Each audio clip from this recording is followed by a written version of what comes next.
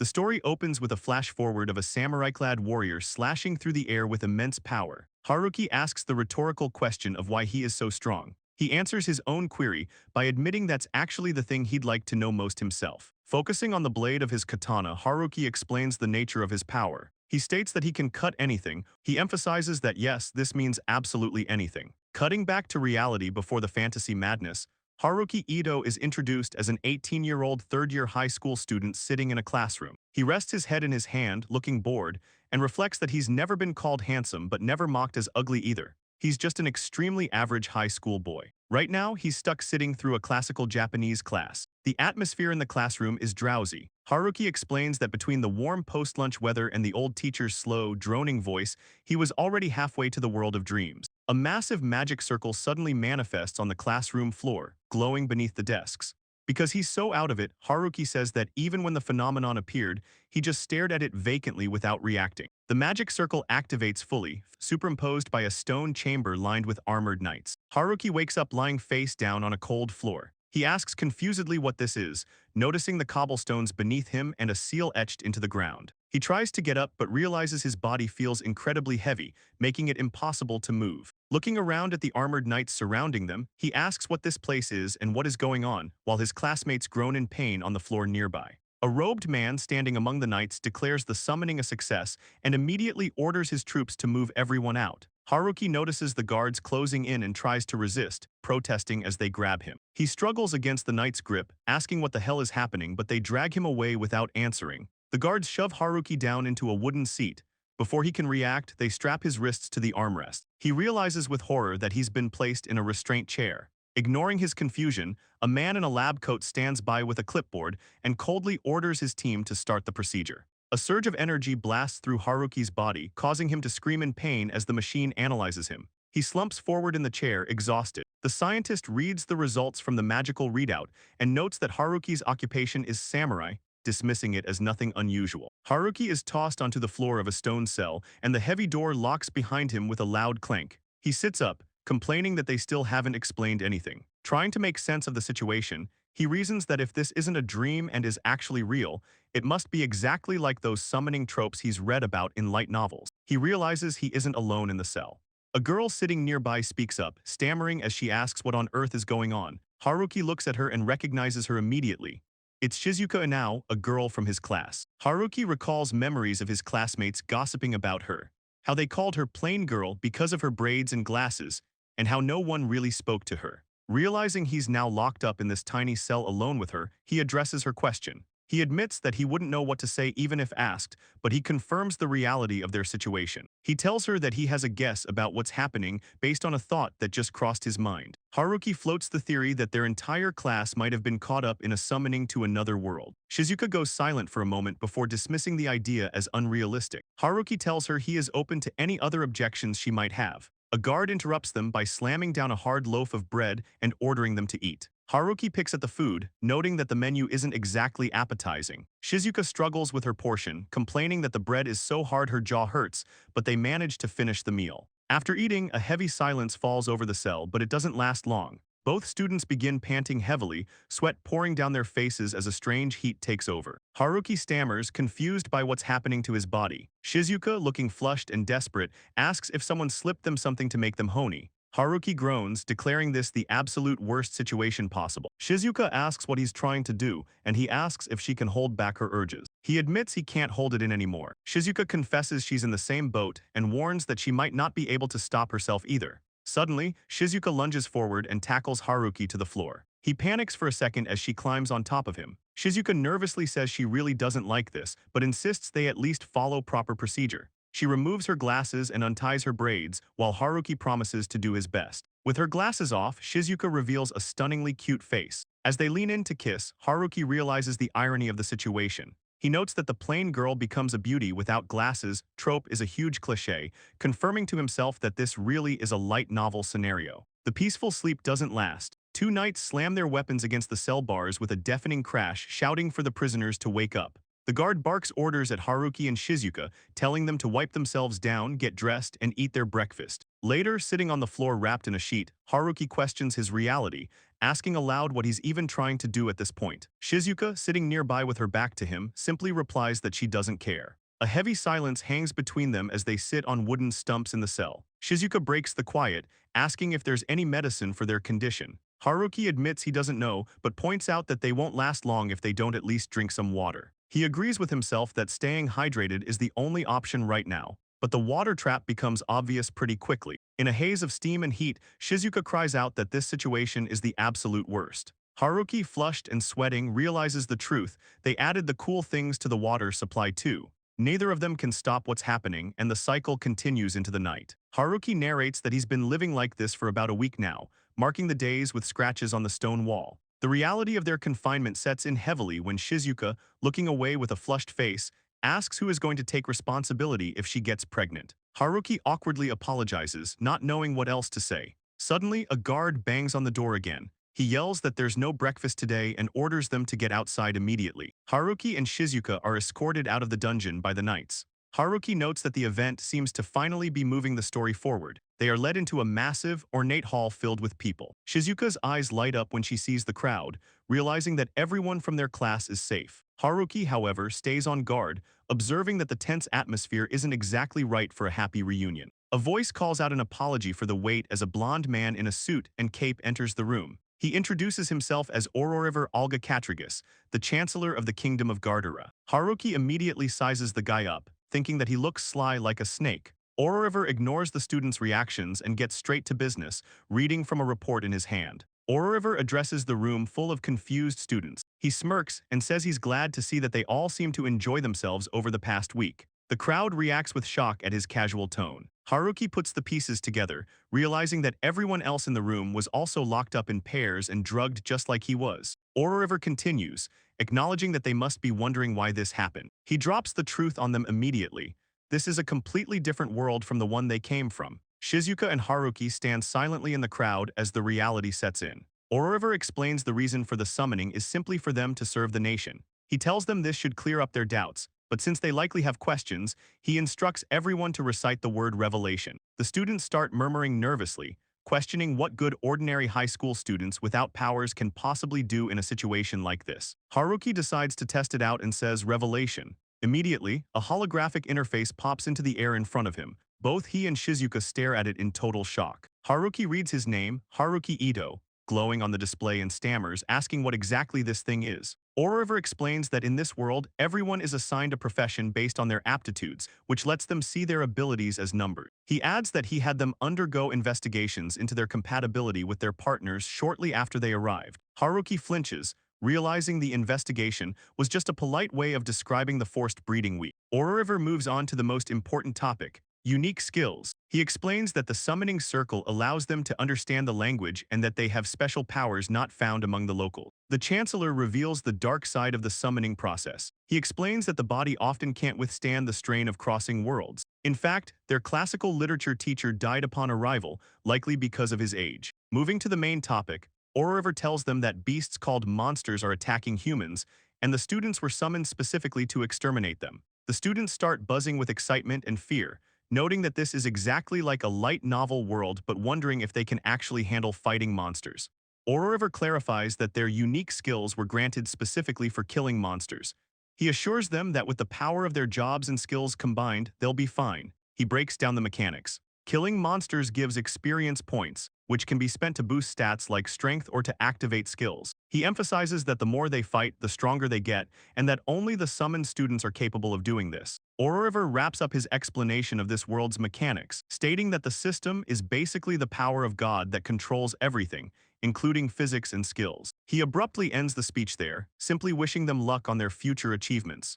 The students are left stunned by the brevity of it, murmuring angrily that they were kidnapped and told to fight, and that's all the explanation they get. One student has heard enough. Take Me Sanada, a tall guy with a delinquent vibe, steps forward and shouts, "Hold on a second." He yells at Ororiver, demanding to know why they have to do this and telling the Chancellor not to act high and mighty after kidnapping them. Haruki watches from the back, recognizing Sanada, an ex-karate practitioner, and his girlfriend Yuki Ando. Haruki realizes that since they're clinging to each other, those two were definitely trapped in a cell together just like he was. Haruki stays quiet, thinking that picking a fight with the Chancellor while surrounded by armed knights is suicide. Ororiver, however, doesn't get angry. He calmly admits Sanada has a point about the non-consensual summoning and forced labor. Sanada takes this as a win and demands to be released, but Ororiver refuses. Instead, the Chancellor offers to pay them for their efforts. Ororiver specifies the payment. He'll grant them time to spend safely with the ones they love. Sanada looks confused by the offer. Suddenly, Ororiver speaks a single command, disrobe. Before anyone can react, Yuki starts panicking. She stammers that her body is moving on its own, and despite her will, she begins stripping right in front of everyone while Sanada screams her name. Moments later, Yuki stands completely naked in the hall, crying and begging Sanada not to look at her. Ororiver watches the humiliation without blinking. He reveals the dark truth of the summoning. The magic circle was rigged from the start. Every woman summoned to this world was automatically assigned the slave job class. The Chancellor explains that because of this class assignment, he has trained them to obey his orders absolutely. The male students look on in horror while the girls are paralyzed with fear. Haruki puts the final pieces together, realizing the full extent of the kingdom's plan. He looks over at Shizuka and sees a status screen confirming she has the slave job too.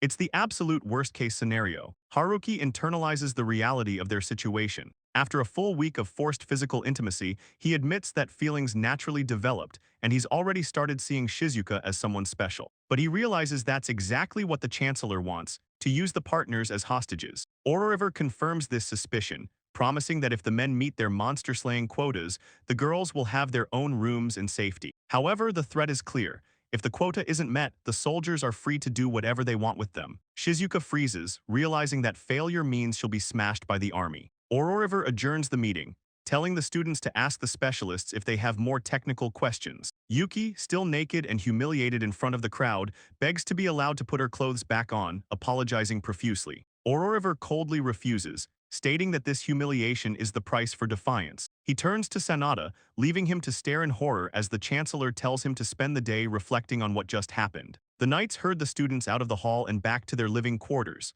Later, inside their assigned room, the weight of the situation settles in. Haruki comments that things have turned into an absolute mess, and Shizuka quietly agrees, looking exhausted. Shizuka spirals into a dark train of thought. She realizes that in this system, women are at a complete disadvantage. If the man fails his quota or simply decides he doesn't like her, she's the one who pays the price with penalty. She concludes that to survive, she has to skillfully manipulate her partner. She decides she needs to use everything she has, both her mind and her body, to keep Haruki under control. Her calculating thoughts are interrupted when Haruki suddenly pulls her into a tight hug. Shizuka is startled, but Haruki speaks with resolve. He declares that he won't give her up. He tells her plainly that she is his woman now, and he won't let anyone else lay a finger on her. Shizuka rests her head against his chest, asking if he's trying to comfort her because she looked down. Internally, her view of him shifts completely. She used to think he was unreliable, but now she sees him as someone who will actually protect her.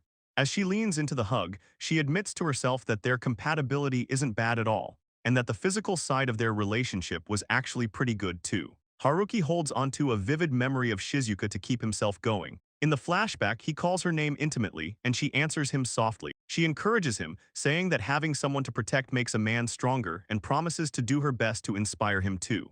This memory fuels his resolve. Back in the summoning world, Haruki checks his status screen and notices something interesting. His assigned job is samurai. Meanwhile, the knight instructor addresses the group of summoned students in the courtyard. He explains that in this world, people can create all their equipment through the power of their job. He adds that holding the job of a soldier is the only thing that allows someone to truly be a soldier. Now he plans to teach them how to unleash that power. A demonstrator steps up and shouts the command to activate his dress form. A pillar of light envelops him as his equipment materializes. The instructor points to him as the example and tells the rest of the students to try it themselves. The students raise their hands and activate the skill in unison. Pillars of light erupt everywhere. As the light fades, the classmates appear in standard fantasy gear, heavy plate armor, mage robes, and barbarian leathers, holding shields and clubs. Haruki looks down at his own transformation, completely confused by what he sees. Haruki panics as he realizes he looks nothing like the others.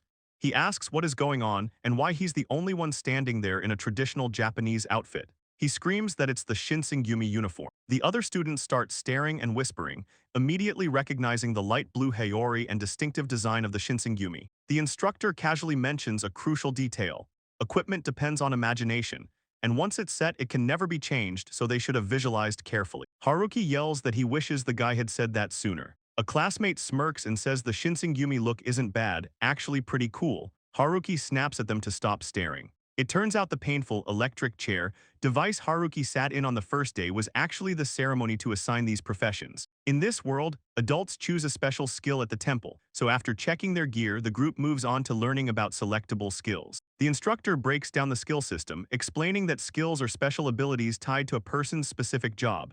The status screen lists options like Iron Wall, Guts, and Haruki's unique skill Shukuchi. She drops a heavy warning. Once a skill is selected from the window, it's permanent and can't be changed. This news hits Sanada hard. He immediately grabs his head in panic, realizing he already tapped something random by mistake. Haruki, watching this unfold, decides to take the opposite approach. He plans to leave his skill slot open for now, saving it as a potential trump card for when he really needs it. The knights shout out the orders for the day. The quota is to kill 10 goblins, but first, they need to inspect their equipment. Haruki looks around the courtyard and notes that everyone seems to have manifested weapons that fit their assigned jobs pretty well. His eyes land on Sanada, who is swinging a massive battle axe that looks way too heavy for a normal person, yet he's managing it. Seeing the others preparing, Haruki looks down at the katana at his hip and decides it's time to check his own gear. Haruki grips the handle and draws the blade. The moment the steel slides free, a shock runs through him. He freezes, eyes wide with surprise. He stares at the weapon, confused because the instant he unsheathed it, he felt his entire consciousness shift into a different mode. He stands there holding the katana, the metal gleaming. Even though he knows this should be his first time ever holding a real sword, the weapon feels bizarrely natural in his grip. Testing the feeling, he swings the blade. It slices through the air with a sharp, clean sound, his form perfect despite his lack of experience. A falling leaf drifts near him and is sliced cleanly in two by the residual energy of his movement. Haruki stares at it, feeling an overwhelming sensation that he could cut through absolutely anything. He wonders if this confidence comes just because he visualized the sword himself, or if all the students are feeling this kind of power. Before he can dwell on it, the instructor yells for everyone to follow him to the hunt. Haruki snaps out of it, deciding to push the complicated thoughts aside and focus on the mission. The group arrives at the hunting grounds and it's instant chaos. The field is swarming with goblins, and the students are already in the thick of combat. Sanada leads the charge, raising his giant axe high above his head and screaming at the top of his lungs as he rushes straight at a goblin. The battle is chaotic. Sanada is swinging his axe wildly, screaming in frustration as he tries to hit the nimble goblins, shouting at them to stop dodging. Haruki watches the scene unfolding around him. He notices that unlike himself, the other students are struggling to sync with their manifested weapons. He analyzes the enemies, noting that they've been given goblins, the lowest class of monster, as essentially a tutorial level to break them in on killing magical creatures. Haruki shifts focus to his own fight. He closes his eyes for a split second before snapping into action, delivering a clean, perfect slash that cuts a goblin in half. He stands over the corpse, coolly noting that he's already hit his quota of 10 kills. For him, it's less about the struggle and more about testing the feel of the blade. He recalls the lore about monsters dissolving into mana essence when they die, which eventually reforms into new monsters. But Haruki pushes the theory aside to focus on something more disturbing. He stares at his katana, realizing a cold truth about himself. He can kill living things without issue. He expected to feel aversion or guilt, but instead he killed without the slightest hesitation. The training is brutal. The soldiers scream at any student who hesitates, telling them that refusing to kill is an act of betrayal toward their assigned partners. Whether through force or fear, everyone manages to meet their quota by the end of the day. Sanada is on his hands and knees, panting heavily and completely exhausted from the physical toll. Haruki observes him, noting that the delinquent seems to have had a rough time of it. As night falls, the group returns to their cells. Later that night, in the privacy of their cell, Haruki and Shizuka are in bed together. Shizuka reveals she picked her elective skill, essence absorption. She explains with a blush that it lets her convert intimate energy into power, framing it romantically as a way to have as much of Haruki's love as she wants. Haruki laughs nervously, telling her she sounds like a succubus, but he agrees to help her out, saying he's happy for her. Haruki immediately regrets those words. The skill works too well. The more Shizuka drains him, the more energetic she gets, creating an endless loop. Her eyes glow with hearts as she goes round after round, while Haruki is rapidly turning into a dried husk. By the end of it, he's begging her to stop, barely able to speak. In a desperate, fading attempt to survive the night, his hand instinctively reaches for his status screen to purchase a stamina-related skill just to keep himself alive. Haruki makes a desperate move to survive the night. He pulls up his menu and purchases a skill called Vigorous Virtuoso, hoping it'll help him keep up with Shizuka's demands. It works, but maybe too well. Shizuka is finally satisfied, muttering that she'll leave the rest to her future self before passing out. Haruki, meanwhile, is absolutely drained, soul leaving his body as he realizes he got fired up in the completely wrong context. The next morning, birds are chirping, but Haruki looks traumatized. He realizes he really screwed up. While Shizuka sleeps peacefully with a satisfied smile, Haruki holds his head in his hands. He wasted a rare skill point on Vigorous Virtuoso, which turns out to be a passive ability that just makes him insatiable at night. He realizes he's in the same boat as the delinquent Sanada now, making permanent build choices just to please a girl. Haruki thinks back to the previous night. Shizuka was ecstatic, blushing and telling him that her new body allows her to go all out with him forever. Haruki tried to protest, but seeing how happy she looked, he just resigned himself to his fate, thinking whatever and going along with it.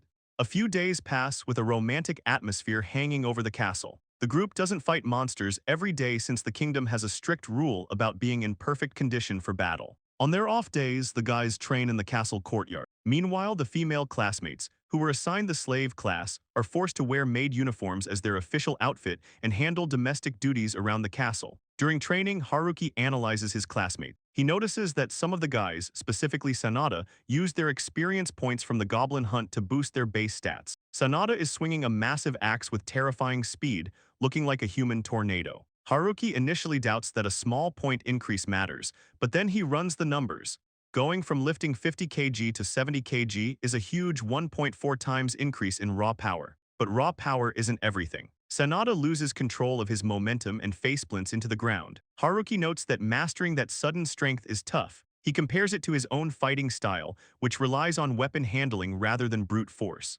But Haruki has a secret problem. He realizes that his Seigo skill and Shizuka's skill are linked. Through their nighttime activities, almost all of the experience points Haruki earns are being transferred directly to Shizuka. He's literally losing his levels to power her up. Haruki is in the middle of his third subjugation mission, and the pieces are starting to click into place. As he slices through a massive enemy with a clean horizontal cut, he comes to a single realization. He admits to himself that somehow he's actually strong. The target for this mission is orcs, which are classified as surprisingly strong monsters in this world. While less than half of his classmates can even hunt properly, Haruki clears his quota instantly. Once he's done, he quietly supports his teammates, farming experience points in the background. He realizes his kill count is probably miles ahead of everyone else, despite his stat modifiers still being stuck at 0. Haruki reflects on his unique power. The sensation awoke the moment he first drew his sword. Anything he feels can be cut, just gets sliced right through, and today's orc was no exception. It seems he's the only one with this conceptual ability. He has no idea what it really means or how strong it makes him compared to the rest of the world,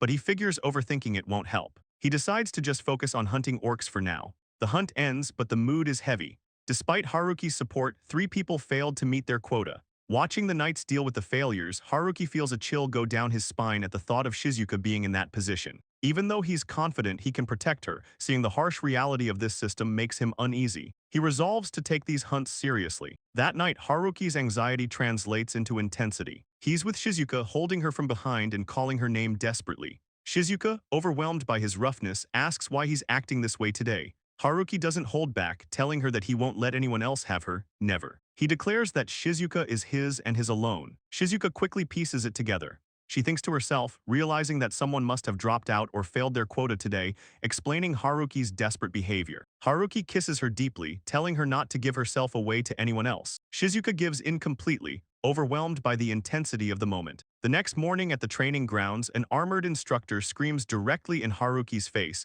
accusing him of slacking off. Haruki sweats nervously, muttering a weak apology. He knows exactly why he's dragging his feet. He went a little too hard with Shizuka the night before and ended up arriving extremely late for training. The instructor, Lord Galberston, threatens to beat some guts into him and swings a massive blade. Haruki dodges the attack with surprising ease. As he moves, Haruki analyzes his opponent, noting that Galberston is a veteran instructor with decades of experience and a top ranking in this country. Even knowing that the gap in their status should be massive, Haruki decides to use this moment to test his own ability, referencing sports dramas where the hero gets worked to exhaustion. Haruki delivers a single strike with his wooden sword. The impact is devastating. Galberston lets out a strangled grunt as his heavy armor shatters into pieces and he goes flying backward. Haruki stands there in total shock, staring at the defeated veteran and involuntarily calling him weak. Haruki looks down at his blade, terrified by the realization that even though he used the back of the sword, a real strike would have taken the man's head clean off. The other soldiers panic, screaming for their captain as they rush to Galberston's side. Haruki frantically apologizes, asking if the man is all right, while wondering if the soldiers of this country are actually reliable given how easily their leader went down. Watching from the sidelines, a group of Haruki's summoned classmates observes the display of power in complete silence. Later that night in their bedroom, Shizuka and Haruki are resting together. Shizuka jokingly wonders if Haruki came from a planet where men get stronger the more women they sleep with. She muses that the world's settings are so mixed up, she can't even tell what the original reference is supposed to be anymore. Haruki counters that it actually feels like Shizuka is the one getting stronger and earning experience points every time they sleep together. They look at their status screens, realizing they've both saved up a significant amount of points, though neither knows how to use them yet. Shizuka is still bothered by the fact that they don't know the upper limit of Haruki's strength and suggests he might need to fight someone stronger to find out. Haruki immediately shoots that down, declaring that if he has time to do something scary like that, he'd rather spend it getting intimate with her instead. In the Chancellor's office, the report about Haruki's strength has just landed. Chancellor Ororiver reads the file, questioning the term special class. His subordinate nervously confirms that while it's still just a possibility, the implications are huge. In this world, having a special class soldier, someone whose individual power rivals an entire army, is often the deciding factor between victory and defeat for a nation. Ororiver strokes his chin, mulling over the fact that Haruki took down Count Galberston in a single blow. He admits that's definitely not something an ordinary summoner could pull off. However, he remains skeptical. He notes that it's far too soon to judge someone who has only been in this world for a month, citing that many candidates show flashes of power only to end up as failures later. Deciding to play it safe, he tells the subordinate they will just observe for a while and orders him to report back if anything else happens. The subordinate bows and hurries out of the room. Suddenly, a voice asks if that's really okay. Ororiver spins around in his chair to find a woman in a hooded catsuit crouching behind him. She giggles and apologizes for the intrusion. Ororiver sighs, noting that she's back despite his warnings about entering his room without permission. The cat ignores the scolding and asks if he isn't going to check out the new candidate personally. Ororiver maintains that he's waiting to see how things play out, but the woman warns him that he can't afford to take it so easy when the neighboring country has already found their third special grade fighter. The woman drops her playful tone for a moment to deliver a blunt assessment of the kingdom. She calls the king ordinary and the prince incompetent, claiming the nation would have collapsed long ago without the chancellor holding it together. Identifying herself as the country's only current special grade force, she offers some advice. She hands Ororiver a document containing a plan to raise the next special grade fighter. Ororiver looks at the paper and questions her sanity. She explains that while the mission doesn't require her level of power, sending regular soldiers would result in too many casualties, so it would be perfect to dump the job on the new candidate Kun. Ororiver considers the proposal seriously. He admits that there are far too many tasks only he can handle right now, and they desperately need more people capable of operating at that high level. He gives the green light, telling her to go ahead and try it. The Catwoman cheers, happy that she can finally take it a bit easier. Internally, however, Ororiver feels a heavy weight, thinking that the world must be ending if they are resorting to sending a new recruit to slay an orc lord. The scene shifts to Shizuka, who is busy cleaning. Despite her innocent appearance, a look into her true nature reveals that she is actually quite calculating. Before the drugs affected her, her decision to accept Haruki so easily was purely a survival tactic to come under his protection.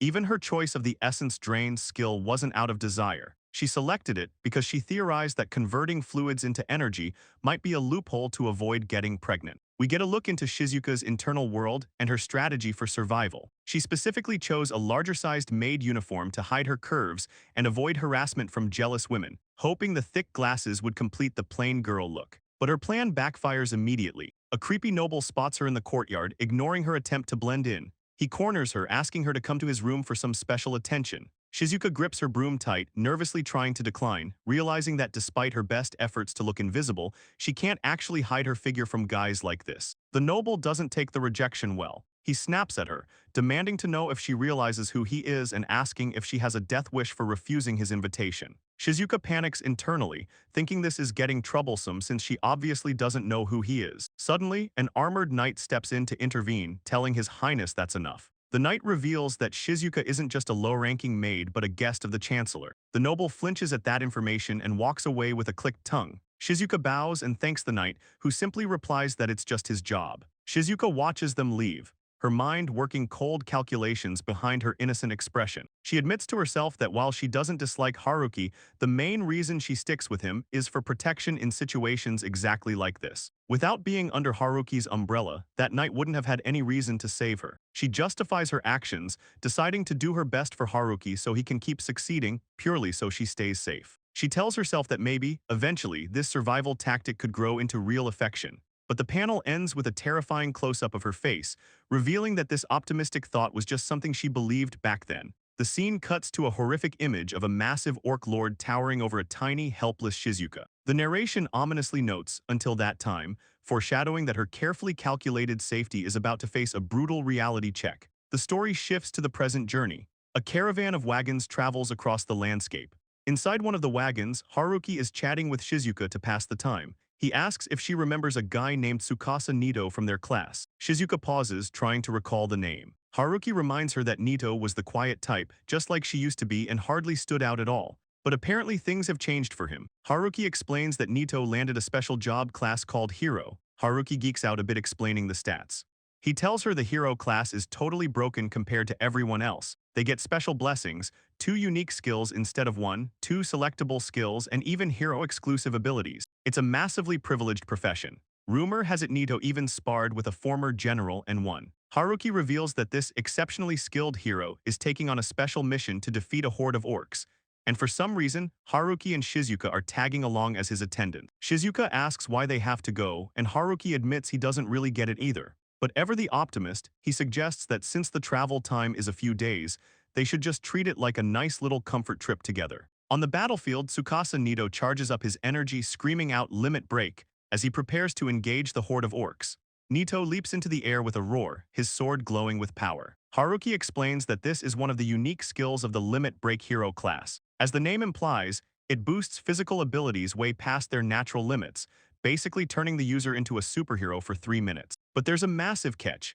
It puts such a heavy strain on the body that the user is left completely wrecked afterward and needs a solid 30 minutes of rest to recover. Haruki watches Nito fight and admits that seeing him charge the front lines really gives off that classic hero vibe. He jokes that the hero class feels like cheating. Shizuka, however, is looking at Haruki with skepticism. In her mind, Haruki is the one who looks like a cheater. She lists off his ridiculous kit.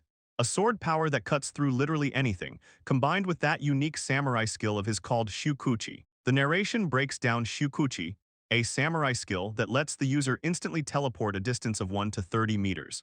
Haruki notes that normally, this skill is trash because it drains a massive amount of experience points every time it's used, causing the user to de-level. But for some weird reason, Haruki only loses a tiny fraction of EXP when he uses it, meaning he can spam it as much as he wants. He spots an enemy in the distance and decides to demonstrate.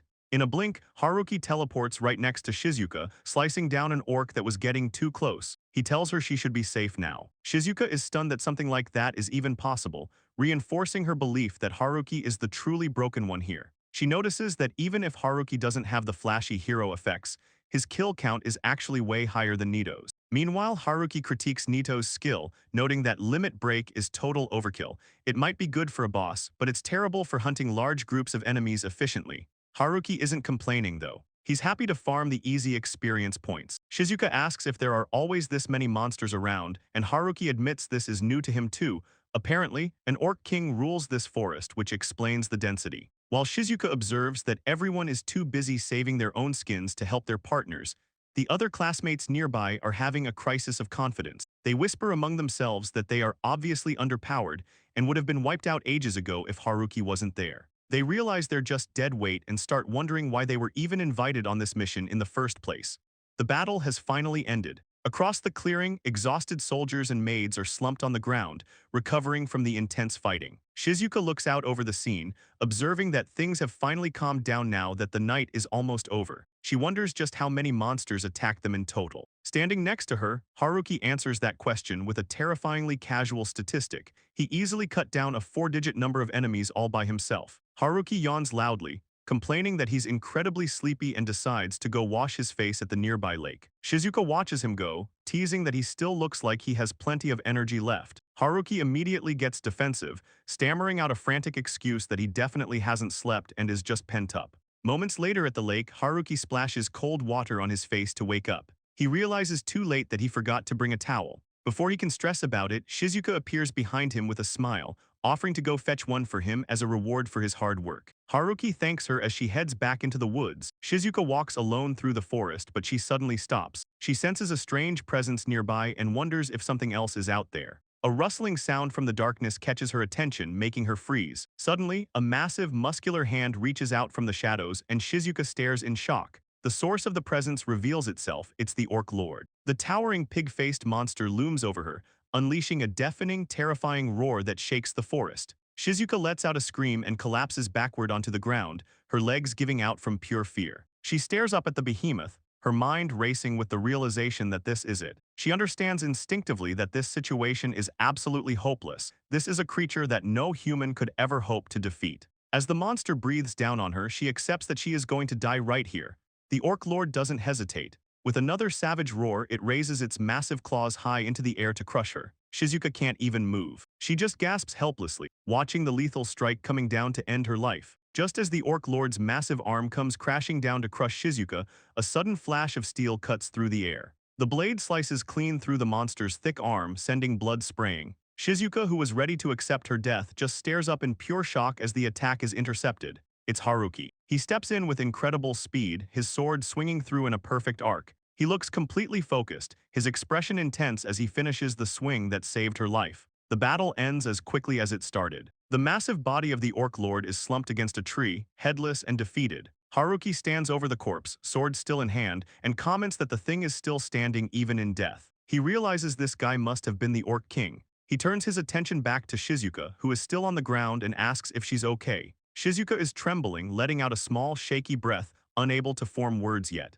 Haruki sees her shaking and starts panicking a bit, trying to comfort her. He stammers that it's her first time facing a monster, so it's natural to be scared, rambling that it can't be helped over and over to make her feel better. Suddenly, Shizuka grabs onto his clothes, pulling him close. She whispers something he doesn't catch at first, but then she looks him dead in the eye and says it clearly, "Please take responsibility." Haruki freezes, confused by what she means. Shizuka repeats that he needs to take responsibility. Haruki's brain short-circuits and he immediately starts nodding frantically. He stammers that yes, of course, he'll take responsibility. He doesn't even know exactly what for, but he blurts out that he'll marry her or whatever she wants, he'll do it. Shizuka just stares up at him with big, glistening eyes. Shizuka asks him softly if he likes her. Haruki, face bright red, doesn't hesitate. He tells her of course he does, he loves her. Hearing that, Shizuka wraps her arms around his neck and pulls him into a tight hug, letting out a happy sigh. She clings to him, whispering his name with a satisfied, almost sly smile on her face. Things escalate instantly. Shizuka isn't just hugging him anymore, she's kissing him deeply, completely overwhelmed by the situation. Her mind is racing as she processes what just happened. Seeing Haruki instantly kill such a massive, terrifying monster with that kind of strength has completely ruined her composure. It's a primal reaction kicking in, the instinct of a female seeking the strongest male. She realizes she has completely fallen for him. The kiss continues, getting more intense. Shizuka justifies this to herself, thinking that in a survival of the fittest world, this attraction is only natural. All her previous calculations and reservations are blown away by sheer instinct. A powerful possessiveness takes over her, the kind that demands the elimination of any other female rivals. She's fully committed to claiming him. Shizuka clings to Haruki, her glasses slightly askew, and internally declares that Haruki is hers and she won't let anyone else have him. She cries out in pure euphoria, completely swept away by his overwhelming power. The scene shifts to Tsukasa Nito, the hero classmate who has arrived in the forest. He's brooding, thinking about how he's disliked Haruki from the very beginning, ever since he saw him in the training grounds. He knows Haruki kills far more monsters than he does. Suddenly, Nito stumbles upon the headless corpse of the Orc King and freezes. He stares in shock, realizing Haruki receives more admiration than he does. He starts spiraling, muttering to himself that he's supposed to be the hero. He questions why this is happening, convinced that he should be the protagonist of this world, not Haruki. Nito visualizes the kill, imagining the sword slash that took down the monster. He's bitter, asking the empty air why Haruki is taking credit for what he considers his achievement. The difference in their actual ability is cruelly clear, but Nito can't accept it. Down below, Nito hides in the bushes, watching silently as Haruki and Shizuka walk away from the scene in the distance. Nito stands alone over the massive, headless body of the Orc King. He grimly tells himself that originally this was supposed to be his job and his kill. As he stews in his jealousy, the sound of Shizuka's voice drifts back from the forest path. breathlessly calling out Haruki's name in adoration. Hidden in the bushes, Nito watches the scene unfold with total disbelief. He's not just shocked by the violence he saw earlier, but by the sight of the plain girl Shizuka looking incredibly attractive in the heat of the moment. He can't believe his eyes as he questions if that's really the same girl from their class. Meanwhile, Shizuka is completely lost in the sensation, gasping for air as the kiss continues. The kiss deepens, becoming even more intense until Shizuka's thoughts are a mess of complaints about how unfair Haruki is for making her feel this way. Somewhere in the back of Nito's mind, a jealous voice screams that it's always Haruki who gets everything. Haruki finally breaks the kiss and starts walking away. Shizuka, still flushed and breathless, immediately chases after him, calling his name. While Haruki and Shizuka walk calmly down the path, Nito bursts out of the forest in a panic. He's sprinting with the severed head of the orc lord in his hands, screaming into the air that Haruki is the one at fault, desperately trying to justify what he's about to do. He convinces himself that since Haruki hid his strength, taking the credit is fair game. Down near the camp, a commotion breaks out. Shizuka notices the noise and points it out to Haruki. They look over to see Nito standing proudly in front of a gathered crowd of soldiers and maids, holding the orc lord's massive head aloft. The spectators are in awe, praising Nito as the hero and marveling that he took down such a terrifying monster that had been lurking in the forest. Shizuka tries to bring up the severed head, but Haruki misunderstands at first, explaining that while most monsters turn to dust when they die, high-ranking ones leave corpses behind. Shizuka cuts him off, clarifying that she's talking about the theft. She points out that Nito is taking credit for Haruki's achievement. Haruki casually confirms it, admitting that's exactly what's happening. When Shizuka asks if he's okay with that, Haruki gives a smooth reply. He tells her he doesn't care about the glory. As long as she understands the truth, that's all that matters to him. Haruki adds one more detail, predicting that Nito taking the credit will actually backfire and land him in a much more troublesome situation. Right on cue, the scene shifts to Nito standing before the Chancellor, River. The Chancellor officially nominates Nito as a candidate for the nation's special class forces as a reward for single-handedly defeating the Orc Lord. Nito looks completely stunned by the sudden and dangerous promotion. Back in the audience chamber, River wastes no time putting the squeeze on Nito. He informs the terrified student that the nation's situation is getting critical, so he's assigning Nito to a frontline unit that handles deadly, survival-level missions. Nito is internally panicking, having no idea what's going on, but he tries to speak up. He stammers that he wasn't actually the one who defeated the Orc Lord. River completely ignores the confession, barking that he expects Nito to display his full power before dismissing him. Nito is left standing alone in the hallway, muttering why, as he realizes he's trapped in a lie. Later, in the Chancellor's office, a woman in a cat-eared hood is lounging on the desk while talking to River. She's completely unimpressed with Nito, calling him a total letdown and saying there's no way he's special class material with that level of weakness. River questions if Nito really killed the Orc Lord, and the cat confirms that while Nito claims he did, the reality is obvious.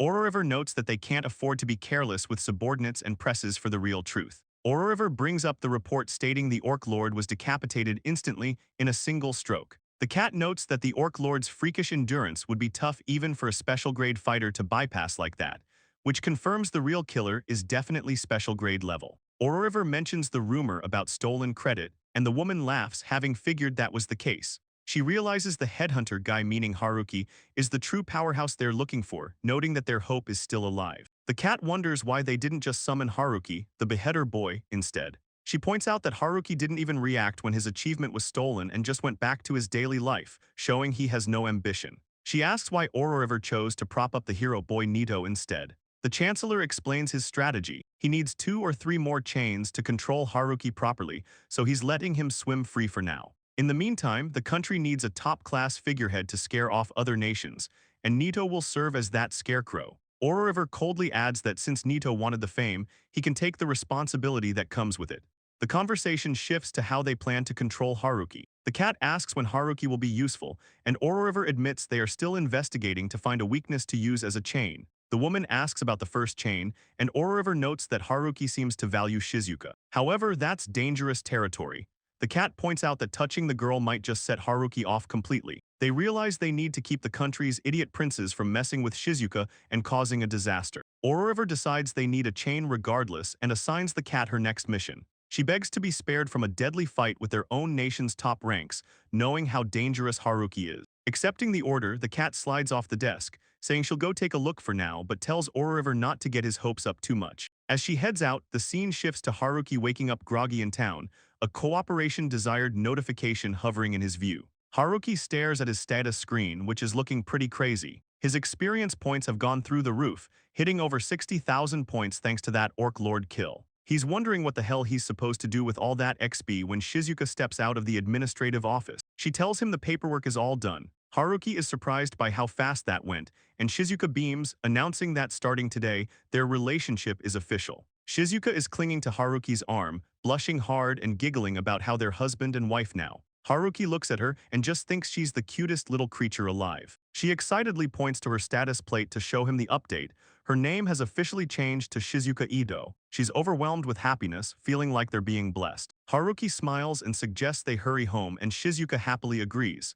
As they walk away, the cat is watching them from a nearby alleyway, but she's not making a move. She's absolutely terrified. Cold sweat is pouring down her face as she stares at Haruki's back. She's thinking that she's never met anything like him before. Her instincts are screaming that it's not about being strong or weak. She knows for a fact that if she gets too close, she'll be cut down in an instant. As a first-rate sorcerer, she can see exactly how powerful he is, and she realizes Haruki is a genuine monster. Suddenly, Haruki stops walking. He tells Shizuka that even though he really wants to get home early, it looks like they have a guest. Shizuka is confused, but Haruki reassures her that this will be over quick and tells her to go on ahead. He turns his attention to the alleyway and calls out, asking if the person lurking there needs something from him. The cat lets out a terrified "Fujiwaye" scream and jumps back like a startled animal. The cat lands on all fours, hair standing on end, and stammers out a question asking how he knew it was her. Haruki points out that it was pretty obvious since he kept catching glimpses of her tail sticking straight up in the air. She's mortified that she let that slip, noting that her tail has never stood up like that from fear before. Haruki cuts to the chase, asking what she wants and how long she plans to keep her distance if she actually came there to talk. She admits she came to talk, but confesses that she feels like she'll be cut down if she takes another step closer. Haruki is actually impressed by that intuition, noting that since she can tell that much, she must be pretty strong herself. The cat takes a breath to regain her composure and apologizes for freaking out and following him. She formally introduces herself as the Chancellor's envoy. She drops the bomb that she's the nation's only special-class combatant and probably the strongest person in the country, offering to answer whatever questions Haruki has. Haruki asks for clarification on the special grade title, confirming it's the same rank his classmate Nidu was nominated for. The cat confirms she's the only one in the country who officially holds that title. Haruki tries to ease the tension by saying he doesn't cut people without a reason, but the cat points out the terrifying part. He never said he couldn't cut her. She starts losing confidence, realizing she's outmatched and regrets coming here out of curiosity. Haruki hits her with a perfectly timed "curiosity killed the cat" line, causing her to shriek in terror. The cat completely loses it, holding her head and panicking, asking if he's going to kill her. Haruki has to repeat himself, calming her down until she finally accepts he isn't going to slice her up right there. She apologizes for freaking out again and tries to get back to business, asking if there's anything he actually wants from the administration. Haruki pauses, thinking over his request. Haruki's expression goes dead serious, his eyes intensifying as he drops a heavy answer. The Chancellor's head, maybe. The cat freezes, staring at him in horror. In that moment, she realizes this guy is seriously bad news, a force of nature that's completely beyond their control. She stammers, asking why he'd want the Prime Minister dead and if he holds a grudge. Haruki explains it simply. He hates the idea of a leash being around his woman's neck. He wants the right to cut that leash if necessary. The cat trembles, admitting that controlling someone like him is impossible. Haruki looms over her with a dark warning, telling her to relay a message to her bosses. They need to handle things with the utmost care. If the administration breaks the rules, he won't show any mercy. The scene shifts to the castle, where the cat is having a total meltdown. She's screaming, "No way!" over and over, yelling that nobody told her Haruki was such a monster. She's traumatized, crying about how just standing in front of him made her feel like she was seconds away from death. She frantically reports to the Chancellor, a blonde man in a suit and cape. She warns him that Haruki isn't just top tier, he's superclass strong and could destroy the entire nation by himself. The Chancellor looks nervous, asking if the boy is really that powerful. The cat begs him never to mess with the chains binding the summoned students, warning that if they anger Haruki by using those leashes, he'll wipe out the whole country without hesitation. Back in the Chancellor's office, the tension is thick. The Chancellor, sweating nervously, asks for confirmation that the chain, the control method over the students, is still functioning properly. The cat confirms it is, but she immediately follows up with the bad news. She tells him that Haruki finds the Chancellor to be a massive nuisance. More importantly, she's observed that the woman Haruki is with is incredibly important to him. She relays the terrifying warning she received. If anything happens to that woman, Haruki will come and take the chancellor out immediately. The chancellor absorbs this threat, looking away and deciding that's enough information for now. The chancellor tries to process the situation, his face dripping with sweat. He admits that he thought he was keeping a mouse, something small and manageable, that just happened to be elite class strong. Instead, he realizes he's dealing with a superclass monster capable of wiping out the entire nation. Despite this, he tries to cling to hope, muttering that as long as the beast can be tamed, there's no issue. The cat flatly disagrees, telling him it's a huge problem. Seeing his delusion, she sarcastically tells him not to push himself too hard, while internally accepting she'll just have to do her best to manage this mess. Later, the scene shifts to a bedroom where Haruki is relaxing with Shizuka, who is now dressed in a maid outfit. Haruki is recounting the meeting to her, admitting that even when facing the country's self-proclaimed strongest fighter, he didn't feel threatened in the slightest. He realizes that if she really represents the peak of their military power, he could probably topple the entire country with ease. Shizuka, practical as ever, shuts down that train of thought immediately. She tells him it's a huge pain to rebuild a life in this world, so he absolutely shouldn't destroy the country. Haruki agrees instantly, promising he won't do anything she tells him not to. Time skips forward to the outdoors. Haruki is back on the grind, heading out for another hunt. He's swapped his school uniform for traditional Japanese clothing and a headband. Above him, the sky is filled with massive predatory birds diving down to attack the group. A giant bird swoops in for the kill, but Haruki is ready. He declares that if they come this close, he'll simply cut them down. With a single, massive swing of his weapon, he obliterates the creature midair. He lands calmly, noting that with this kill, he's already met his quota for the day. Nearby, a large-scale battle is unfolding. Nidu, the classmate with the hero job class, is in full command mode. He barks orders to the front line to tighten their defense and directs the rear guard to finish off the enemies, ensuring none escape into the sky. Haruki watches from the sidelines, actually impressed by Nidu's leadership. He notes that Nidu is doing pretty well. It turns out the hero class is specifically designed for group battles, and since the incident, Nidu has started teaming up with the other classmates for organized hunts. While Haruki watches the battle from the sidelines, the cat comments on the action. She notes that since Nidu is a special class candidate, he has command authority, and although it's taking time, he's definitely racking up kills. Haruki observes that Nidu is fighting much better now compared to the previous orc battles. He recalls that Nidu's old strategy was just to charge in with limit break and then rest, which looked pretty inefficient. The cat explains that the new strategy utilizes the hero's unique skills like super recovery and indomitable, which were originally meant for fighting powerful single enemies. Suddenly, Haruki realizes the woman is standing right next to him.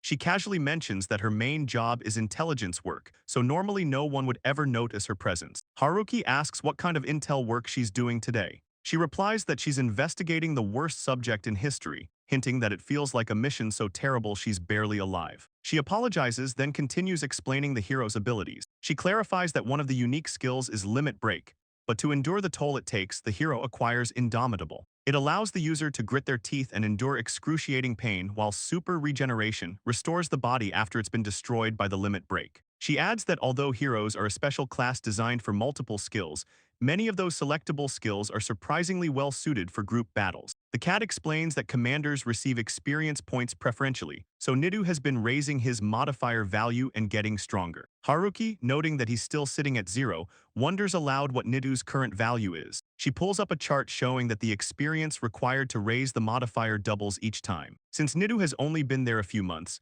she estimates he's probably at +10 or +15 at most. Haruki does some quick math and realizes that based on those numbers, the Orc Lord was about 60 times stronger than the current hero. The woman adds that taking down the birds doesn't even grant a full 100% credit. The cat decides to offer herself as a baseline, revealing her stats hover around +80 on average, with agility at +85. She admits Haruki is stronger than she thought, but warns him not to use her as a reference since she's near the bottom of the special class. Haruki dismisses the numbers entirely. He tells her he doesn't have any skill to measure strength, so it doesn't matter to him. He states that the only thing that matters is whether he thinks he can cut his opponent or not. The woman is stunned, claiming she's never seen anyone fight based on a philosophy like that.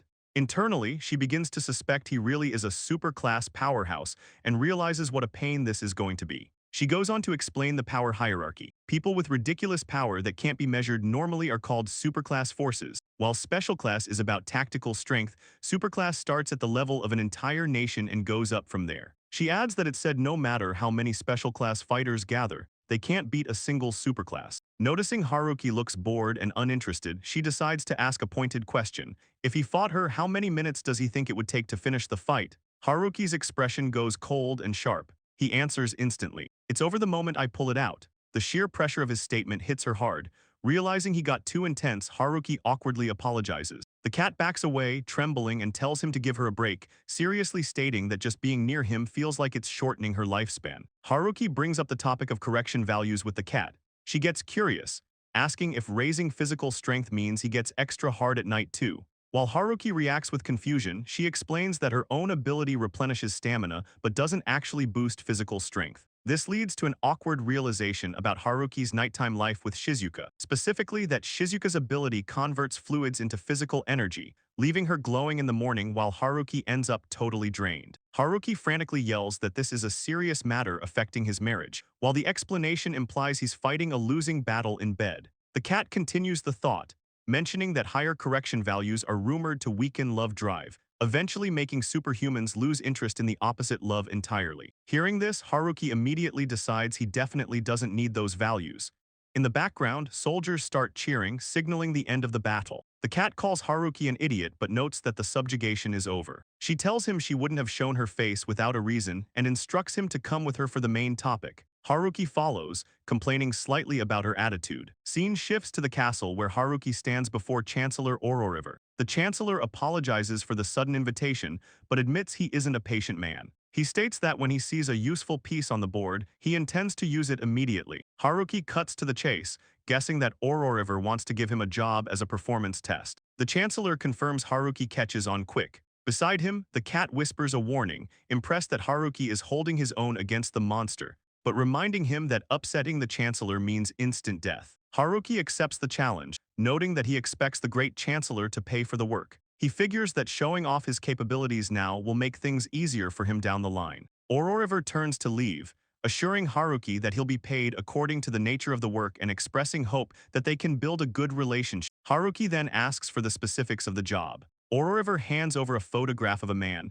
He bluntly tells Haruki that he wants him to kill the person in the picture. Haruki looks at the image, realizing clearly that the request is an assassination. He senses things are starting to get suspicious. Haruki considers the situation a direct request from the shrewd Prime Minister. River promises a reward backed by his full authority. Haruki asks where the target is and how they'll confirm the identity. River points to the cat, stating she will handle the confirmation. She looks shocked, thinking to herself that she never heard anything about this extra duty. Haruki agrees to take the job but asks if he can bring his partner along. River replies that he doesn't care what Haruki does, granting permission. The scene ends with a wagon setting out for the mission. Flashback to the bedroom, the sounds of Shizuka and Haruki's night together leave little to the imagination regarding their stamina exchange. Moving to the present, a wagon rattles down a country road. Haruki holds the reins in the driver's seat while the cat rides in the back, the echoes of the previous night still seemingly fresh in their minds. As the wagon rolls on, the cat complains about how unfair the situation is. They eventually arrive at a fortified city, the destination for their mission. Inside the walls, Haruki walks through the cobblestone streets dressed in a traditional kimono and hakama,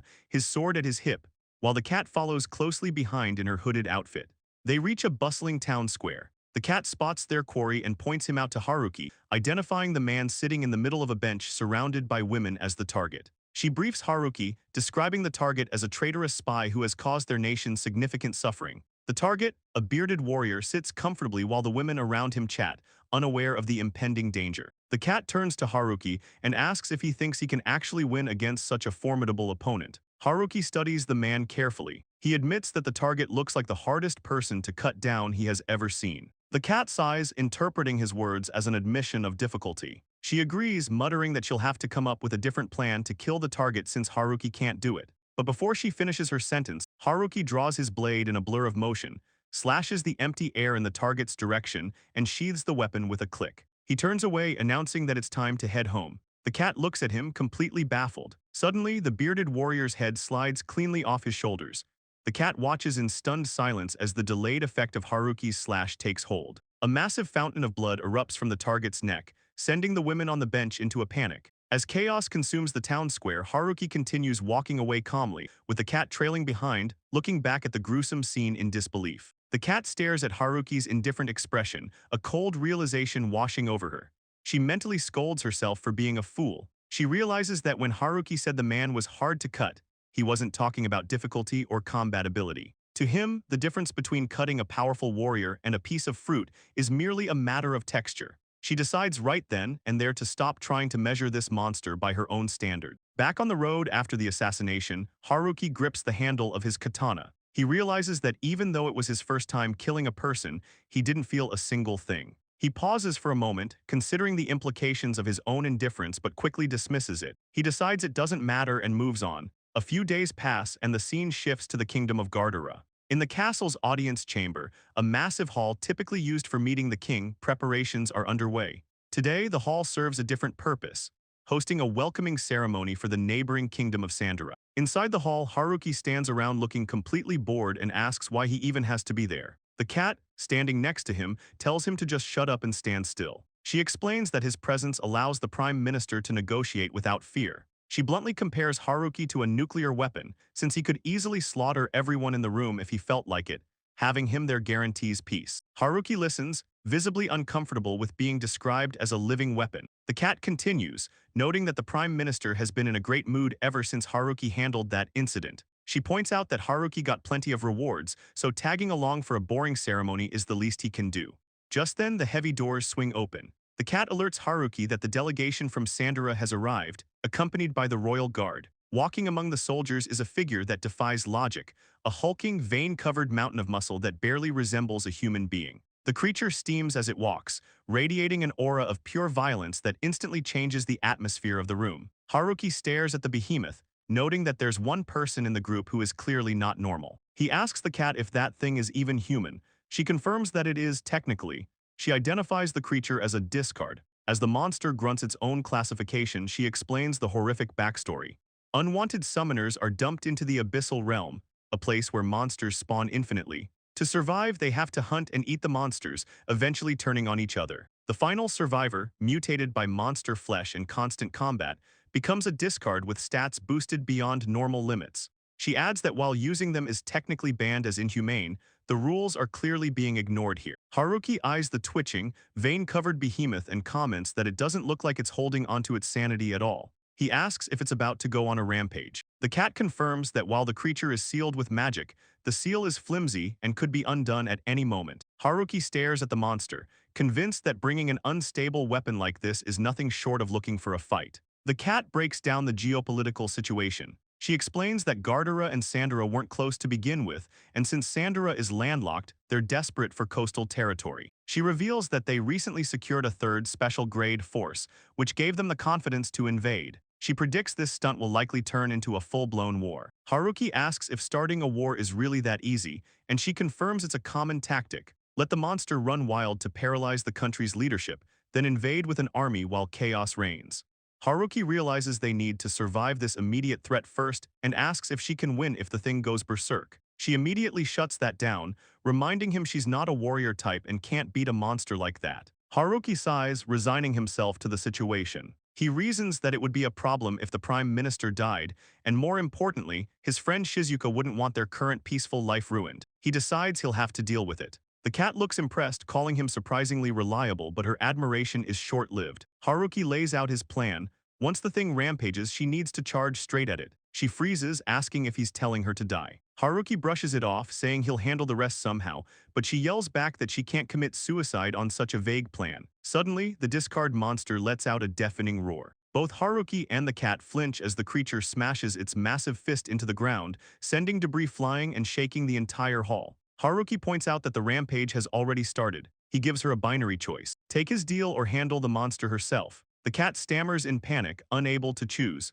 Haruki decides for her. He delivers a swift kick to her back, launching her bodily toward the beast. As she flies through the air, she screams that she'll curse him if she dies. The cat lands right in the danger zone. The discard monster wastes no time, raising its massive, clawed hands and swinging down with lethal force. She stares up in terror as the attack comes crashing down toward her. The cat is midair and completely panicking. She screams out a Naya of terror, convinced survival is impossible. She knows that an attack with a stat modifier over +10 is technically impossible to dodge or block. She curls into a ball, waiting for the end, but the massive spikes slam into the ground all around her without touching her. She opens one eye, letting out a confused noise as she realizes she's completely unharmed. She looks back over her shoulder, bewildered. Haruki is just standing there calmly. He points a finger forward and bluntly tells her to hurry up and go. Realizing she has support, she turns back around and dashes toward the monster with renewed speed. As she weaves through the chaotic battlefield, she starts grumbling to herself. She admits that it's starting to feel pretty stupid that she's the only one freaking out while Haruki is so chill. Suddenly, the discard monster gets absolutely wrecked.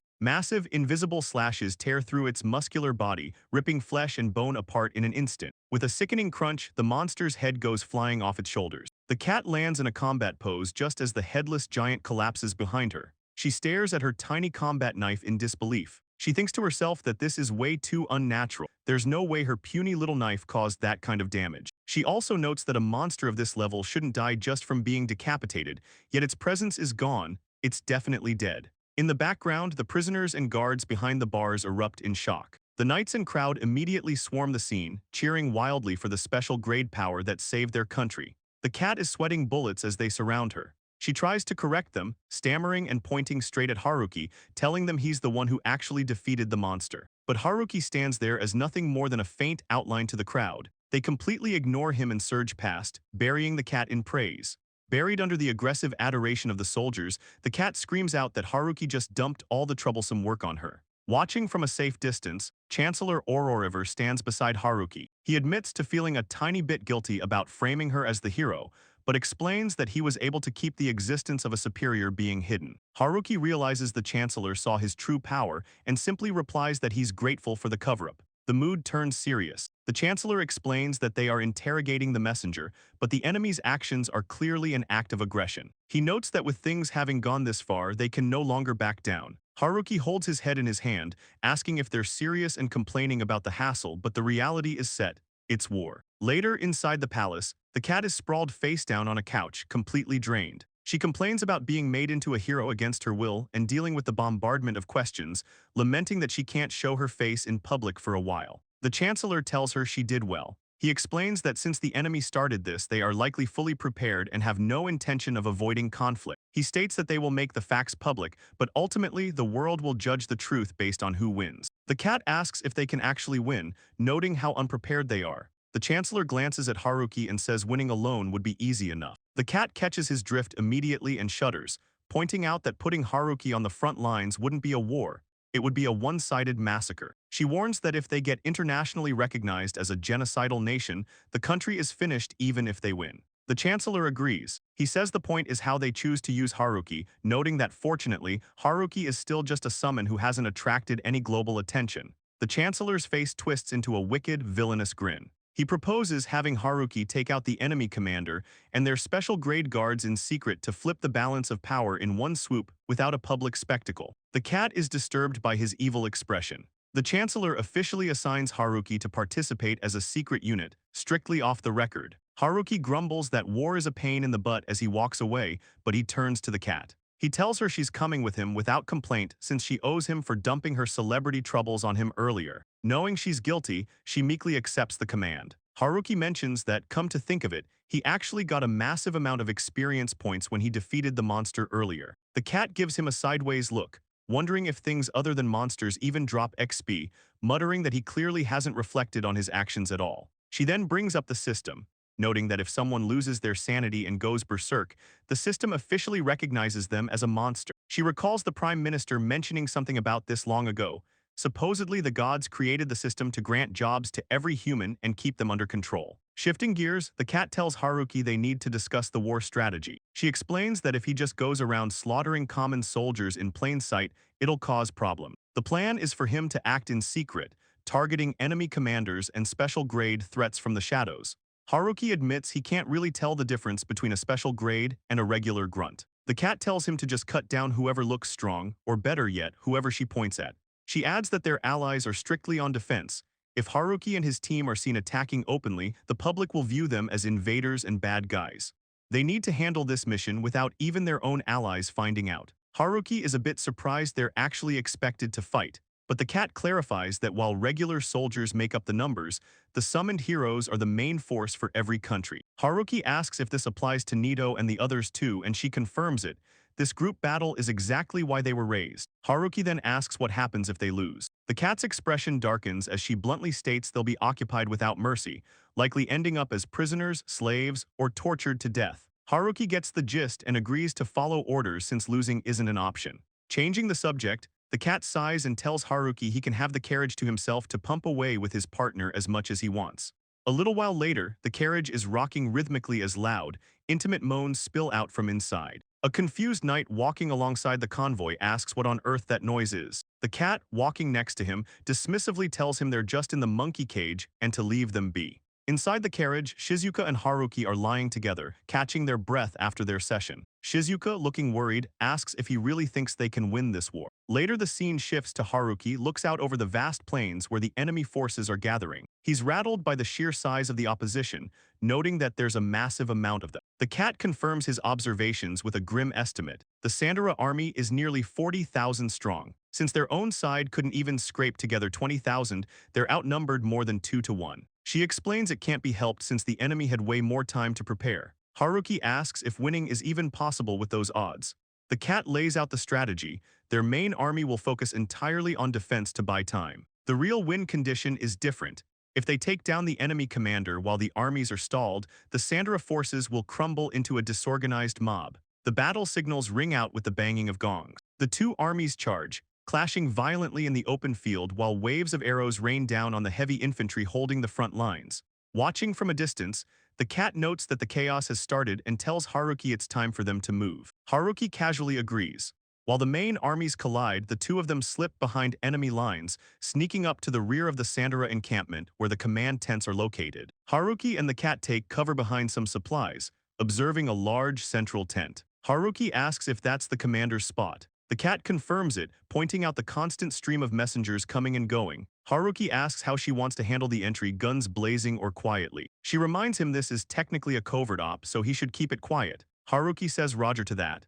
Immediately, he draws his blade and slices through the tent wall, bursting inside. Inside the tent, the armored commander and his staff are caught completely off guard. The commander barely has time to shout who goes there before Haruki is already on top of him. Haruki's sword flashes through the air in a single devastating strike. He cuts through the commander and the surrounding guards in one fluid motion, silencing the room instantly with overwhelming speed. Haruki stands amidst the carnage of the command tent, surrounded by the bodies he just dropped. The cat remarks that the outcome wouldn't have changed either way, it was obvious from the start. Haruki looks around at the destruction and realizes the redundancy of his earlier question. He notes that the goal was always to paralyze the chain of command, so he couldn't think of any other way to handle it besides slaughtering everyone in the area. He wonders why he even bothered asking if he should be quiet or flashy. The cat inspects the corpse of the enemy commander. She notes that for a rumored special-grade fighter, he was just small fry who got brushed aside in a single stroke. Haruki just offers a non-committal hum in response. The cat suggests they head back.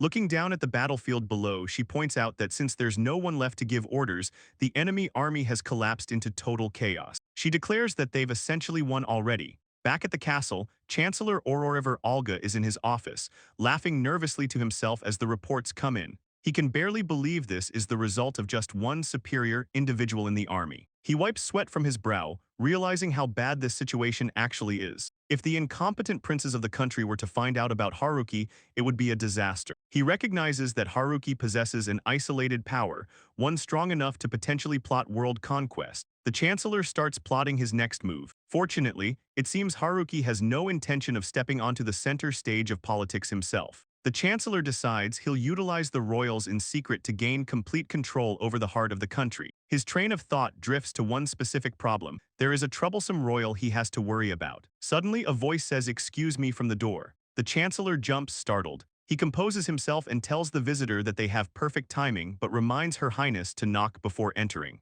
Internally, he groans about this being the exact troublesome royal he was just thinking of. The visitor is Silfiera Kanu Tesla Galtura, the second princess. The Chancellor considers her the only one with a quick wit among the otherwise dim-witted royal family. Silfiera brushes off his complaints about knocking, asking if it really matters.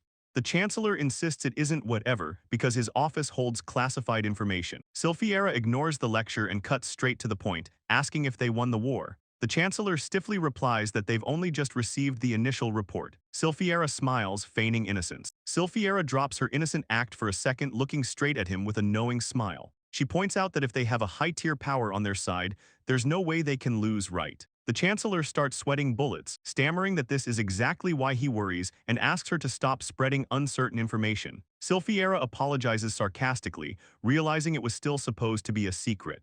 She promises to keep it from her father and brothers for now. Defeated, the Chancellor can only mutter an agreement. Princess Silfiera is all smiles and blushes, acting completely innocent as she tells the Chancellor that it's only natural for a girl to want to know more about her future husband. The Chancellor, meanwhile, looks like he's aging 10 years in a single second. He stares off into the distance, internally lamenting that the Prime Minister's worries never end and silently begging her not to bring her troubles to his doorstep. Later, the scene shifts to the capital streets. The heroes have returned, and the city is in a festive mood. Soldiers march through the cheering crowds, boasting that this feels like a crushing victory since their losses were only in the early stages. But watching from a quiet alleyway, Haruki and the cat observe the parade. The irony is heavy. The soldiers are celebrating, but the one who actually played the biggest role in those early stages is standing right there in the shadows, completely unrecognized. The heroes' team passes by and the vibe instantly dies. They don't look like winners at all, they look traumatized. Haruki asks the cat why they look so miserable and why one of them is tied up. She explains that it was a fierce battle, and 3 of the 11 team members were killed in action. Haruki assumes they're just down because their comrades died, but the cat corrects him that's not the main reason. She gestures to the screaming classmate, explaining that most summoners who kill for the first time end up like that. Haruki notes that the guy definitely isn't sane. The cat bluntly states that they transform into battle-crazed maniacs. When Haruki asks what she means, she explains it's a function of the system. People like Haruki who are totally fine with killing are a tiny minority. For normal people, the fear and anxiety of battle are too much, so the system forcibly elevates their spirits to protect their minds, which results in them losing their sanity. Haruki asks if this is just a system for mass-producing battle maniacs. The cat assures him that if they let the students hunt nearby monsters for a while, they'll eventually settle down. Haruki calls it efficient but inhuman. She immediately snaps back that she doesn't want to hear about humanity from him of all people. Changing the subject, Haruki asks if the post-war cleanup is done. She sighs, complaining that while the Chancellor is overjoyed, she's drowning in paperwork for treaties and reparation. Suddenly, she remembers she has a message from the Chancellor specifically for Haruki. She warns him that a troublesome royal has eyes on him. Haruki asks if she means the royal family. She explains there are 31 members, but the one targeting him is Princess Silfiera, the most beautiful and brilliant of them all. Haruki looks confused, so she clarifies. For some reason, Silfiera figured out he's superclass and is dead set on marrying him. Haruki breathes a massive sigh of relief. He tells her that when she said targeting, he thought she meant someone was trying to kill him. Haruki tries to brush off the princess's interest, telling the cat that he doesn't really need anyone besides Shizuka. But the cat isn't having it. She flat out refuses to help, explaining that neither she nor the Prime Minister can do a thing against royalty. She offers him one final warning. The best way to avoid trouble is to avoid them entirely, so he'd better be careful not to get surrounded while eating alone. Haruki just waves her off and walks away, thinking she's exaggerating. Almost instantly, the cat's prediction comes true. Haruki is sitting in a restaurant trying to eat his lunch, but he's completely surrounded by armed female knights. Standing right in front of him with a blindingly cheerful smile is Princess Silfiera herself, wishing him a good day. Haruki just stares down at his rice bowl in annoyance, realizing he's already been cornered. Haruki awkwardly stammers out a greeting, which immediately triggers the princess's guards. They scream at him for disrespecting her highness, calling him a bastard. But before the situation escalates, Silfiera shuts them down with a single command. She takes full responsibility, stating that she's the one who forced her way in and she's the one being rude. Her guards instantly back down and apologize. Silfiera apologizes to Haruki, explaining that these are knights she scouted personally and they sometimes get a little too overprotective. Haruki observes her demeanor and realizes she isn't the type to abuse her authority to get what she wants. He also notices that her guards are a mix of different races and ages, deducing that since they were scouted, they likely aren't original palace staff, but summoned individuals she recruited herself. She confirms that while they aren't all special grade, they are quite capable. Then she leans in close, her face flushed, and whispers a secret just for him. She knows that even her elite guards are no match for someone of his super grade status. Haruki freezes as she drops that bomb, realizing she knows exactly how powerful he really is. Haruki quickly puts the pieces together. Since she whispered the super grade part so no one else could hear, it means she's not planning to expose him or use force. He asks what she wants to discuss but sets a firm boundary right away. He tells her he's not the smartest guy around, so he can't give her an immediate answer. He insists that he has to take whatever she says home and consult with his wife first. Sylphiera finds his caution and loyalty amusing, laughing softly and agreeing to wait for his answer. Sylphiera drops the polite facade and gets straight to the point. With a sweet smile, she tells Haruki simply that she wants him to become her husband. Haruki hesitates, mentioning the warning he received earlier from the cat about getting involved with royalty, but he can't immediately reject the offer either. Seeing his hesitation, the princess asks for a chance to explain her proposal a bit further, and Haruki agrees to listen. Sylphiera admits that there is a price for this arrangement, but she brings significant value to the table. She tells him that despite how she looks, she knows quite a lot of secrets about this world. She drops a massive bombshell. She knows how to release someone from the subjugation skill, the absolute control mechanism unique to the slave class. Haruki freezes, instantly realizing the implications. Haruki admits that specific information is something he'd give almost anything to have. Sylphiera agrees, noting that she can't just give that knowledge away for free, because using it effectively means she will likely end up in direct conflict with the Prime Minister. Haruki tries to process the political math, weighing the benefits of marrying her against the risks of making an enemy of the state, but realizes the situation is too complicated to solve right this second. Sylphiera quickly clarifies her terms to sweeten the deal. She assures him she would never ask him to leave his current wife. In fact, she states she wouldn't even mind taking the position of his second wife. Haruki is baffled by how casual she is about this, admitting he understands the situation less and less. Sylphiera decides that's enough for one day, telling him to take the offer home and deliberate on it with his partner. Later that night, Haruki is back in his room with Shizuka, and things are getting intimate. Shizuka cries out softly as they embrace, murmuring that she doesn't need any reminders of how well they get along together. As he holds her, Haruki thinks back to the princess's offer.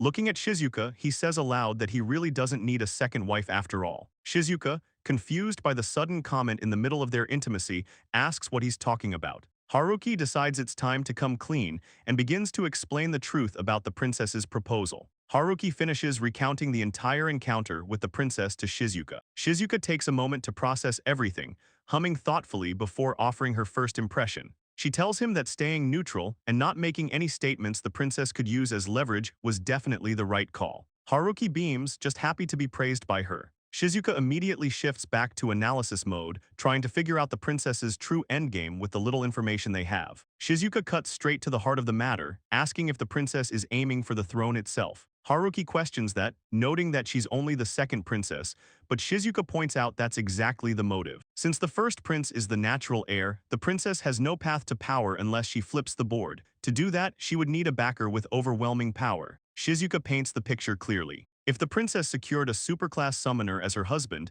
that would change everything. Haruki has to agree that nobody could ignore a faction backed by a military force capable of toppling nations single-handedly. Shizuka adds that the princess's willingness to be a second wife proves how desperate and serious she is about securing his power. She even speculates they might throw a third or fourth wife at him just to keep him locked down, a thought that terrifies Haruki. Moving to strategy, Shizuka advises him on how to survive. Since he's currently under the Chancellor's protection, it would be stupid to make an enemy of him, unless Haruki actually wants political power. Haruki instantly shuts that idea down. Shizuka continues, noting that fighting the second princess head-on is also dangerous. Since neither side seems to want a forced conflict yet, she lays out the only viable option. Avoid the princess entirely without declaring an official stance. She ends with a specific warning to avoid isolating himself. Despite the advice, the very next scene shows Haruki sitting completely alone in a field outside the castle walls. He eats a rice ball, grumbling that staying holed up in his room eating in secret was just too depressing to bear. He figures he's safe enough out here, reasoning that the princess isn't going to chase him all the way out to the middle of nowhere. Relaxing in the open air, Haruki monologues to himself that he'd be perfectly happy just flirting with Shizuka for the rest of his life. He adds that he can't understand the mindset of people who chase after bothersome things like thrones or power. Suddenly, a voice from right behind him says they couldn't agree more. The Chancellor, Ororiver Olga Katragus, leans in close with a smile, whispering that he thinks the two of them are going to get along just fine. Haruki instantly reacts to the presence behind him, spinning around with a lethal sword swing. The stranger, a man in a long coat, doesn't even flinch as he halts the attack, casually telling Haruki not to cut him down just yet. Haruki keeps his guard up, demanding to know if this guy is one of the princess's people. The man laughs it off, assuring him it's not related to that political mess at all. He clarifies that he came out here solely because he heard about Haruki's exploits in the war. The stranger introduces himself as Klein. He reveals that just like Haruki, he was summoned from a completely different world. He drops the casual act for a second to declare that he holds the rank of superior, same as Haruki. Haruki thinks to himself that he wasn't arrogant enough to believe he was the only one, but it's still a heavy realization. Klein smirks, asking if Haruki is surprised to find out he isn't the only superior around. Klein compliments Haruki on being light on his feet, though he admits he's surprised Haruki showed himself so easily. He brags that with his network, finding Haruki was child's play.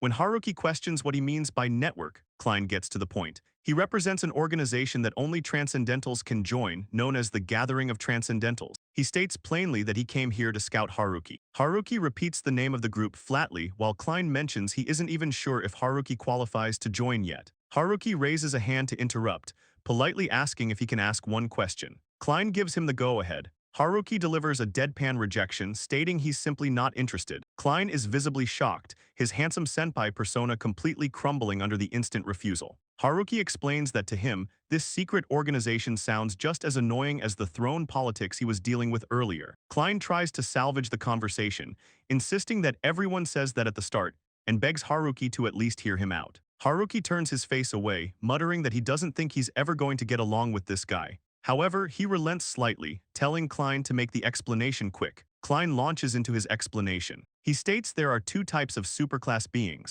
The first type includes those who acquired supernatural powers in their body or mind through mutation-level changes, which makes up most of their organization. Haruki asks if he means guys who get bloated bodies from raising their stats too high. Klein laughs that off, clarifying that stats are irrelevant here because a true superclass is an existence that has literally surpassed the system itself. Haruki realizes that description fits him perfectly.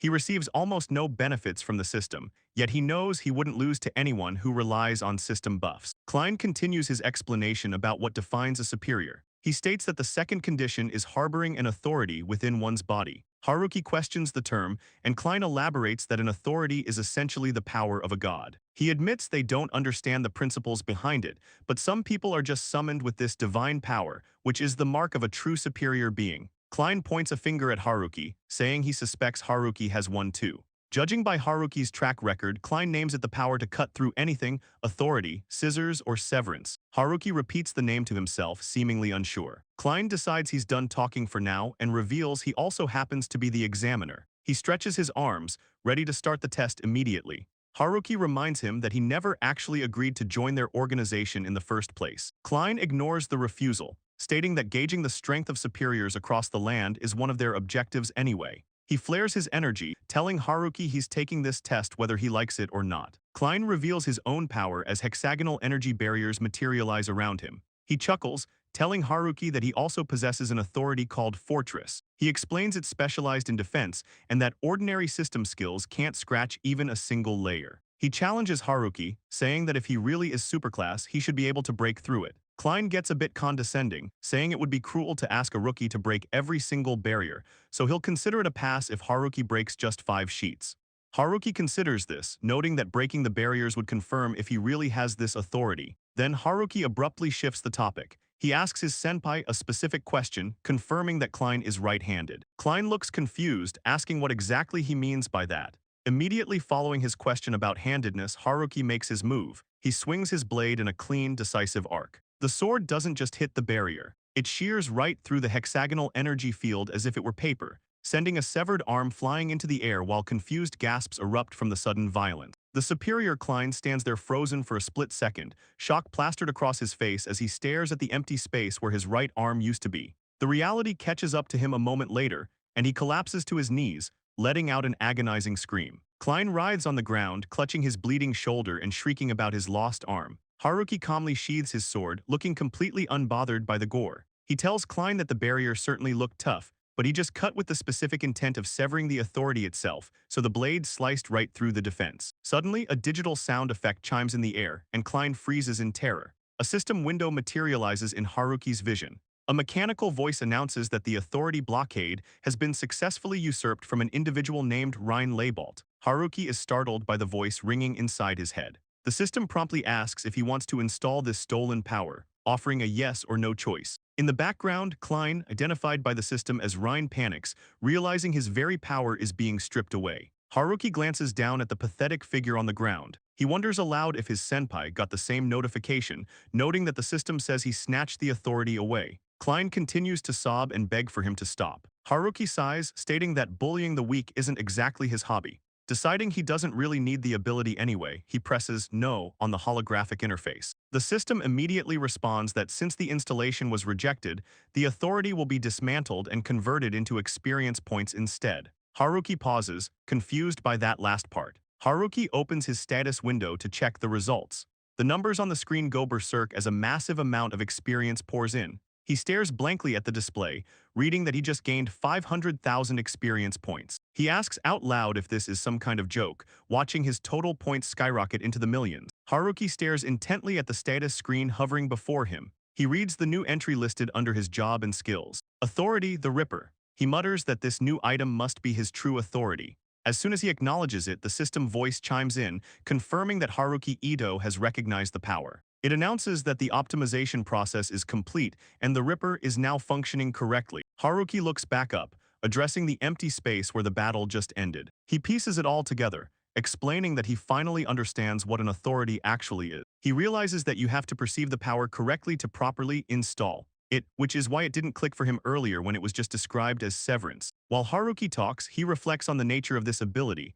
An authority is effectively the power of a god, and for a mere human to try mastering it is the height of insolence. Haruki looks down with a sharp gaze, noting that this arrogance is exactly why his opponent lost an arm. He flashes a confident, slightly mocking smile and asks if he's got that right, calling out to his senpai. But there's no answer. Haruki looks around the open field and sighs, realizing Klein has already fled the scene. He comments that the guy's footwork is as light as ever to escape that fast. Haruki shouts out toward the horizon, telling his senpai that he definitely doesn't have a reason to join their gathering of transcendentals right now. Turning his back to walk away, he adds one final request to the wind, asking them to just keep his membership as a maybe for now. In the next scene, the setting shifts to a dark, cavernous hall, the headquarters of the gathering of transcendentals. Silhouetted figures sit around a large table in the dimly lit room, holding a grim meeting. The members of the gathering are deep in discussion about the recent battle. They're baffled by the news that an authority was usurped. One member points out that since Klein returned alive, the method of stealing the power doesn't seem to require killing the owner. Another argues that simply cutting through Klein's 10,000 barriers is unrealistic, so there must be other secret conditions involved. When someone asks what Klein himself has to say about it, another member reports that he's holed up in his room in a state of total despair. A voice from the shadows mocks Klein, noting that even a high ranker becomes just a normal person once they lose their authority. The discussion continues as they analyze Haruki's words. They conclude that the rookie was right. It's unreasonable for a human body to try mastering the power of a god. They realize Klein is finished as a threat since he can't live with his power sealed away. Deciding to cut their losses, one member suggests they simply send the rookie a special grade certification, reasoning that they can't deny that rank to someone who took down Klein. The table murmurs in agreement, deciding to placate Haruki rather than fight him. Suddenly, a mysterious voice interrupts the meeting from the shadows, asking if everyone is being a bit too passive. The guards at the door flinch in surprise as the atmosphere in the room shifts instantly. Watching the battle from afar, a bespectacled old man with a gray beard observes Haruki's departure. He muses that Haruki's power is most intriguing, debating with himself that it would be a waste to leave him be, yet noting that the boy is far too dangerous. The old man adjusts his position, remarking that Haruki seems to have caught the attention of some troublesome people. He decides that he supposes he shall finally make his own move. Later, Haruki is sitting with Shizuka, who is dressed in a maid outfit. She mutters about authorities with a flushed face, clearly deep in thought. Haruki leans in, pointing out that the look on her face tells him she's definitely plotting something. Shizuka admits it, saying that since Shizuka-san is the boss, she was going to ask herself for instructions on how to proceed. Haruki notes that she's not even bothering to deny the plotting. Shizuka then gets straight to the point, asking if it's possible to install those usurped authorities into her. Haruki is caught off guard by the request. Haruki pulls up his status screen to check. He explains that since he was recognized as Haruki's kin before he knew it, and the number of items for setting authorities has increased, it's likely possible. However, he awkwardly admits that the last power he took got converted into experience points because of a rejection reaction. He didn't do it on purpose. He promises to try installing one in her next time there's an opportunity. While they talk, Shizuka suddenly remembers that something was sent to Haruki earlier that might be related. Shizuka hands him a card, noting that it seems to be proof that Haruki is a superclass. Haruki decides to hold onto it since they probably won't use it right now. As he reads the text describing the gathering of transcenders as an illegal, adult-oriented group, Shizuka adjusts her glasses with a menacing glint in her eyes. She suggests that if they go there will be plenty of authority users, implying she wouldn't hesitate to slaughter them all if Shizuka-san says so. Haruki asks what kind of authority she's actually looking for. Shizuka replies that since she leaves the fighting to him, something productive other than combat would be nice. Haruki agrees, but then realizes they don't even know how to find these people. Haruki decides to ask the cat for information. She tells him to just go look in a mirror, explaining that normally people go their whole lives without meeting a super class, so finding one belonging to a country is pure insanity. Haruki asks what that has to do with him, then gets back to his main question. Has she heard of the gathering of transcendence? The Catwoman tilts her head and asks Meows that, what's that? Totally clueless. Haruki sighs, stating he's realized pretty clearly that she is useless for this matter. Moving on to the training grounds, Haruki asks the Catwoman what she wants today. She replies that she only came because he said he'd show her something interesting. The Catwoman declares that she's going to show him something that's as close as it gets to the samurai's endgame. They walk out onto the tiled courtyard where a wooden training dummy is set up, preparing for a demonstration. Haruki and the cat stand in the training courtyard, watching a woman dressed in traditional samurai robes. She stands perfectly still before a wooden training dummy, her hand hovering near the hilt of her katana. In a split second, the samurai draws her blade. The movement is so fast it registers only as a blur of motion lines. Haruki's eyes go wide in shock as the solid wooden dummy slides apart and crashes to the ground, sliced cleanly in two.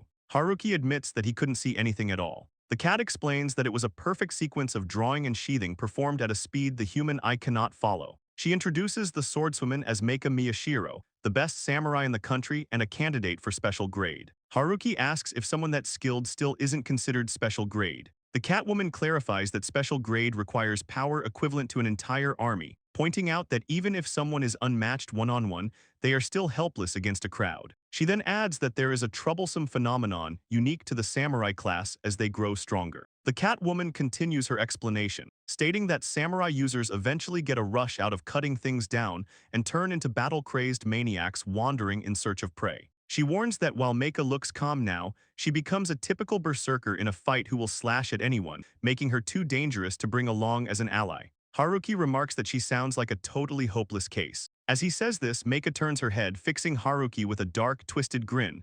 Without a word of warning, Meika launches herself directly at Haruki. She closes the distance in a flash, her blade already swinging toward him. A spray of dark blood erupts into the air. Meika maintains her manic smile as her blade slices across Haruki's upper body, leaving him looking stunned by the sudden, lethal aggression. Haruki stands there completely unharmed, holding Meika's severed arm in his hand. He looks annoyed rather than shaken, complaining about the sudden attack. He tells Meika it's dangerous, then casually tosses her own arm back to her. Turning to the cat, he asks if there are medicines in this world capable of reattaching limbs. The cat confirms she already has them ready, anticipating this outcome. Meika stares in shock as the reality of the situation catches up to her. A massive spray of blood erupts from her shoulder where her arm used to be. The pain hits her all at once, and she screams out in agony while Haruki and the cat watch. The cat is baffled, pointing out that not only did she not see him draw, it didn't look like he drew his sword at all. Haruki claims it's a trade secret, then explains that he actually didn't draw. He reveals that his slasher ability allows him to cut things just by willing it, without even using a sword as a medium. He notes that while a sword offers better control, this method is effective when a physical blade can't keep up with the speed needed. On the floor, Meika presses her forehead to the ground, surrendering and shouting that she's been made painfully aware of her own immaturity. Meika looks up with desperate eyes, begging Haruki to make her his disciple. Haruki and the cat just stare at her in awkward silence. The cat breaks the silence, basically telling Haruki to take her. She admits she can't handle Meika anymore because the samurai girl slashes people like a maniac during missions, which is a nightmare for a stealth specialist. Haruki realizes she's just trying to dump the problem child on him, but the cat insists she doesn't care if Meika breaks, she just wants her gone. Haruki tries to decline, saying he wouldn't know what to do with her even if she offered herself. Meika gets desperate, offering her body or anything else he wants if he'll just train her, even asking if she can cut him. As Haruki reflects on the fact that he actually had to cut her, Meika starts spiraling into a weird masochistic fantasy land. She blushes heavily, panting and trembling with pleasure at the thought of being cut down and killed by him without being able to lift a finger. Haruki looks at her sweating, heavy-breathing face and realizes she's a total pervert, a natural in the worst way possible. Deciding to settle this, Haruki proposes a test. He tells Meika that if she can land even a single blow on him, he'll take her as a disciple. However, if she fails, she has to give up and go train on her own. He checks if the cat is okay with these terms and she agrees. Meika is thrilled, grinning with a flushed face about having a mock battle with her new master. Haruki prepares for the fight, but instead of his sword, he casually clicks the cap off a black marker pen. Haruki holds up a marker pen, declaring it as his weapon of choice. The cat looks at it with confusion, asking what that's supposed to mean. Ignoring her, Haruki confirms that Meika is being serious, but decides that the marker should be enough to handle her. He announces the start of the match. In a split second, Haruki vanishes and reappears directly behind the samurai, moving so fast that Meika freezes in place, realizing she's completely defenseless. The aftermath is pathetic. Meika is sobbing uncontrollably, her face covered in humiliating scribbles like X's and triangles. The cat looks at the crying girl and says she actually feels sorry for her, telling Haruki he should have held back a bit more. Haruki counters that this was him holding back. He explains that if he hadn't used the marker, every single spot with a scribble on it would be a severed piece of flesh. The cat notes that this brutal display just proves there's a massive gap between superclass and special class that skill alone can't bridge. Meika admits through her tears that she was too immature and shuffles away,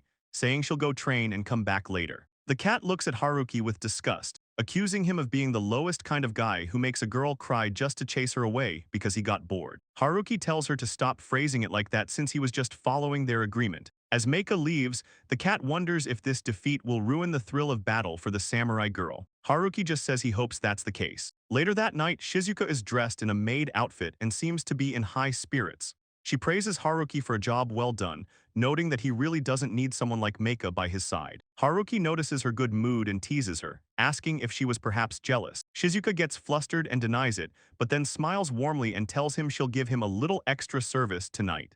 The next morning, birds are chirping peacefully while Haruki and Shizuka sleep in bed. The peace is shattered when the cat bursts into the room, screaming for them to wake up. She yells at them to get out of bed and come outside immediately. The cat shouts that she knows they were up all night doing perverted things. Haruki, looking exhausted and annoyed, asks what the hell she wants, complaining that he's been awake for a while. She ignores him, telling him to hurry up regardless of his privacy. Haruki sighs, asking for a break after yesterday's chaos, but the cat insists that something unbelievable is happening. She drags him to the balcony and tells him to look at the foot of the mountain. Haruki groggily turns his gaze where she's pointing. Massive, booming footsteps echo through the air as the cat stares in shock at the approaching threat. She yells that the scale of the creature is completely wrong. Haruki, standing beside her, simply looks out and asks what that thing is. The cat replies that it's probably a giant. The cat starts rattling off statistics, explaining that giants in this world are usually only 3 to 5 meters tall. Even the largest mutated ones ever recorded were around 15 meters.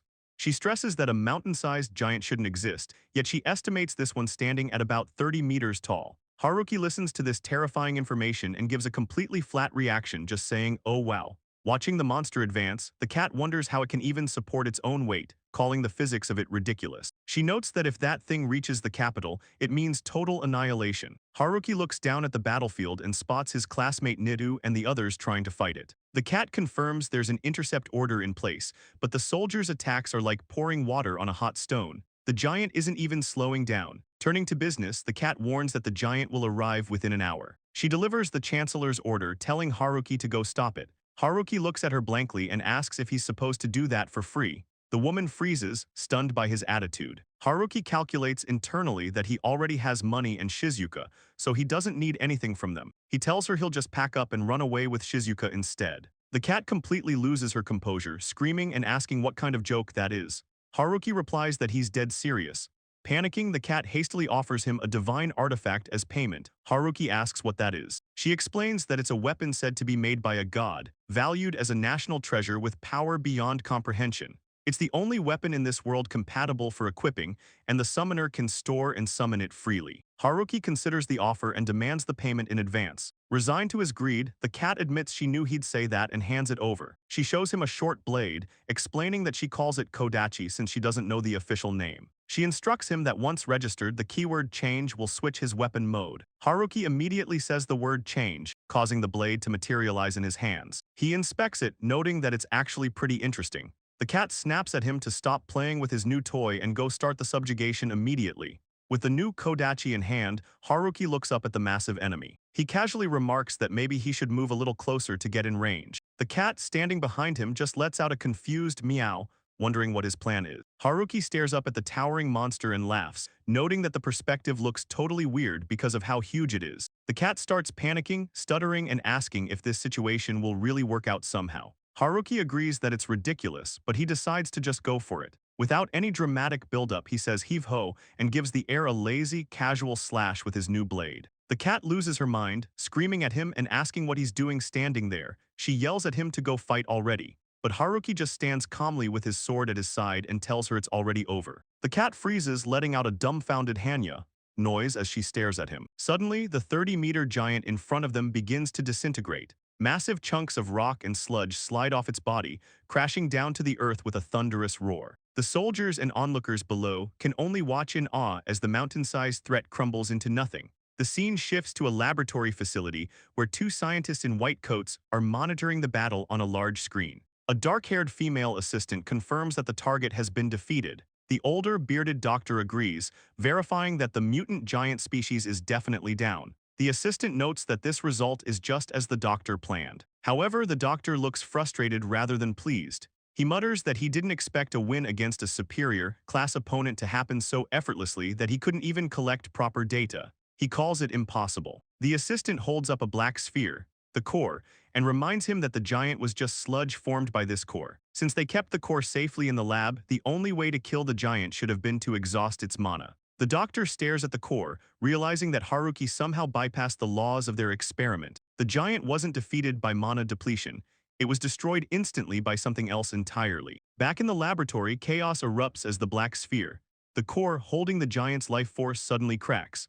The assistant panics, calling out to the doctor as the sphere shatters completely into fragments. The doctor notes that the core had actually stopped functioning the exact moment the Titan fell outside, and it was weird that it even held its shape this long. The assistant tries to wrap her head around it, asking if the enemy somehow located this hidden core and sniped it from a distance. But the doctor shoots that theory down immediately, pointing out that if the enemy knew where they were, they would have just attacked the lab directly. The doctor pushes his glasses up, analyzing the data. He concludes that the attacker likely didn't know about the lab or the core at all, he just killed the giant. Based on that impossible feat, the doctor realizes exactly what kind of power they're dealing with. He declares that it's a conceptual attack. The assistant looks confused, so the doctor explains that he has weapons like this too, specifically ones imbued with the concept of flame. He elaborates that with a concept of flame weapon, anything it touches is forced to burn, even water or ice, because the concept of burning is forced upon reality. Applying this logic to their enemy, the doctor deduces that Haruki's authority is a conceptual attack that enforces the act of cutting. Because he cut the giant, the universe was forced to accept that the giant was cut and dead, which caused the linked core in the lab to instantly cease functioning as a side effect. The assistant realizes the horror of this implication.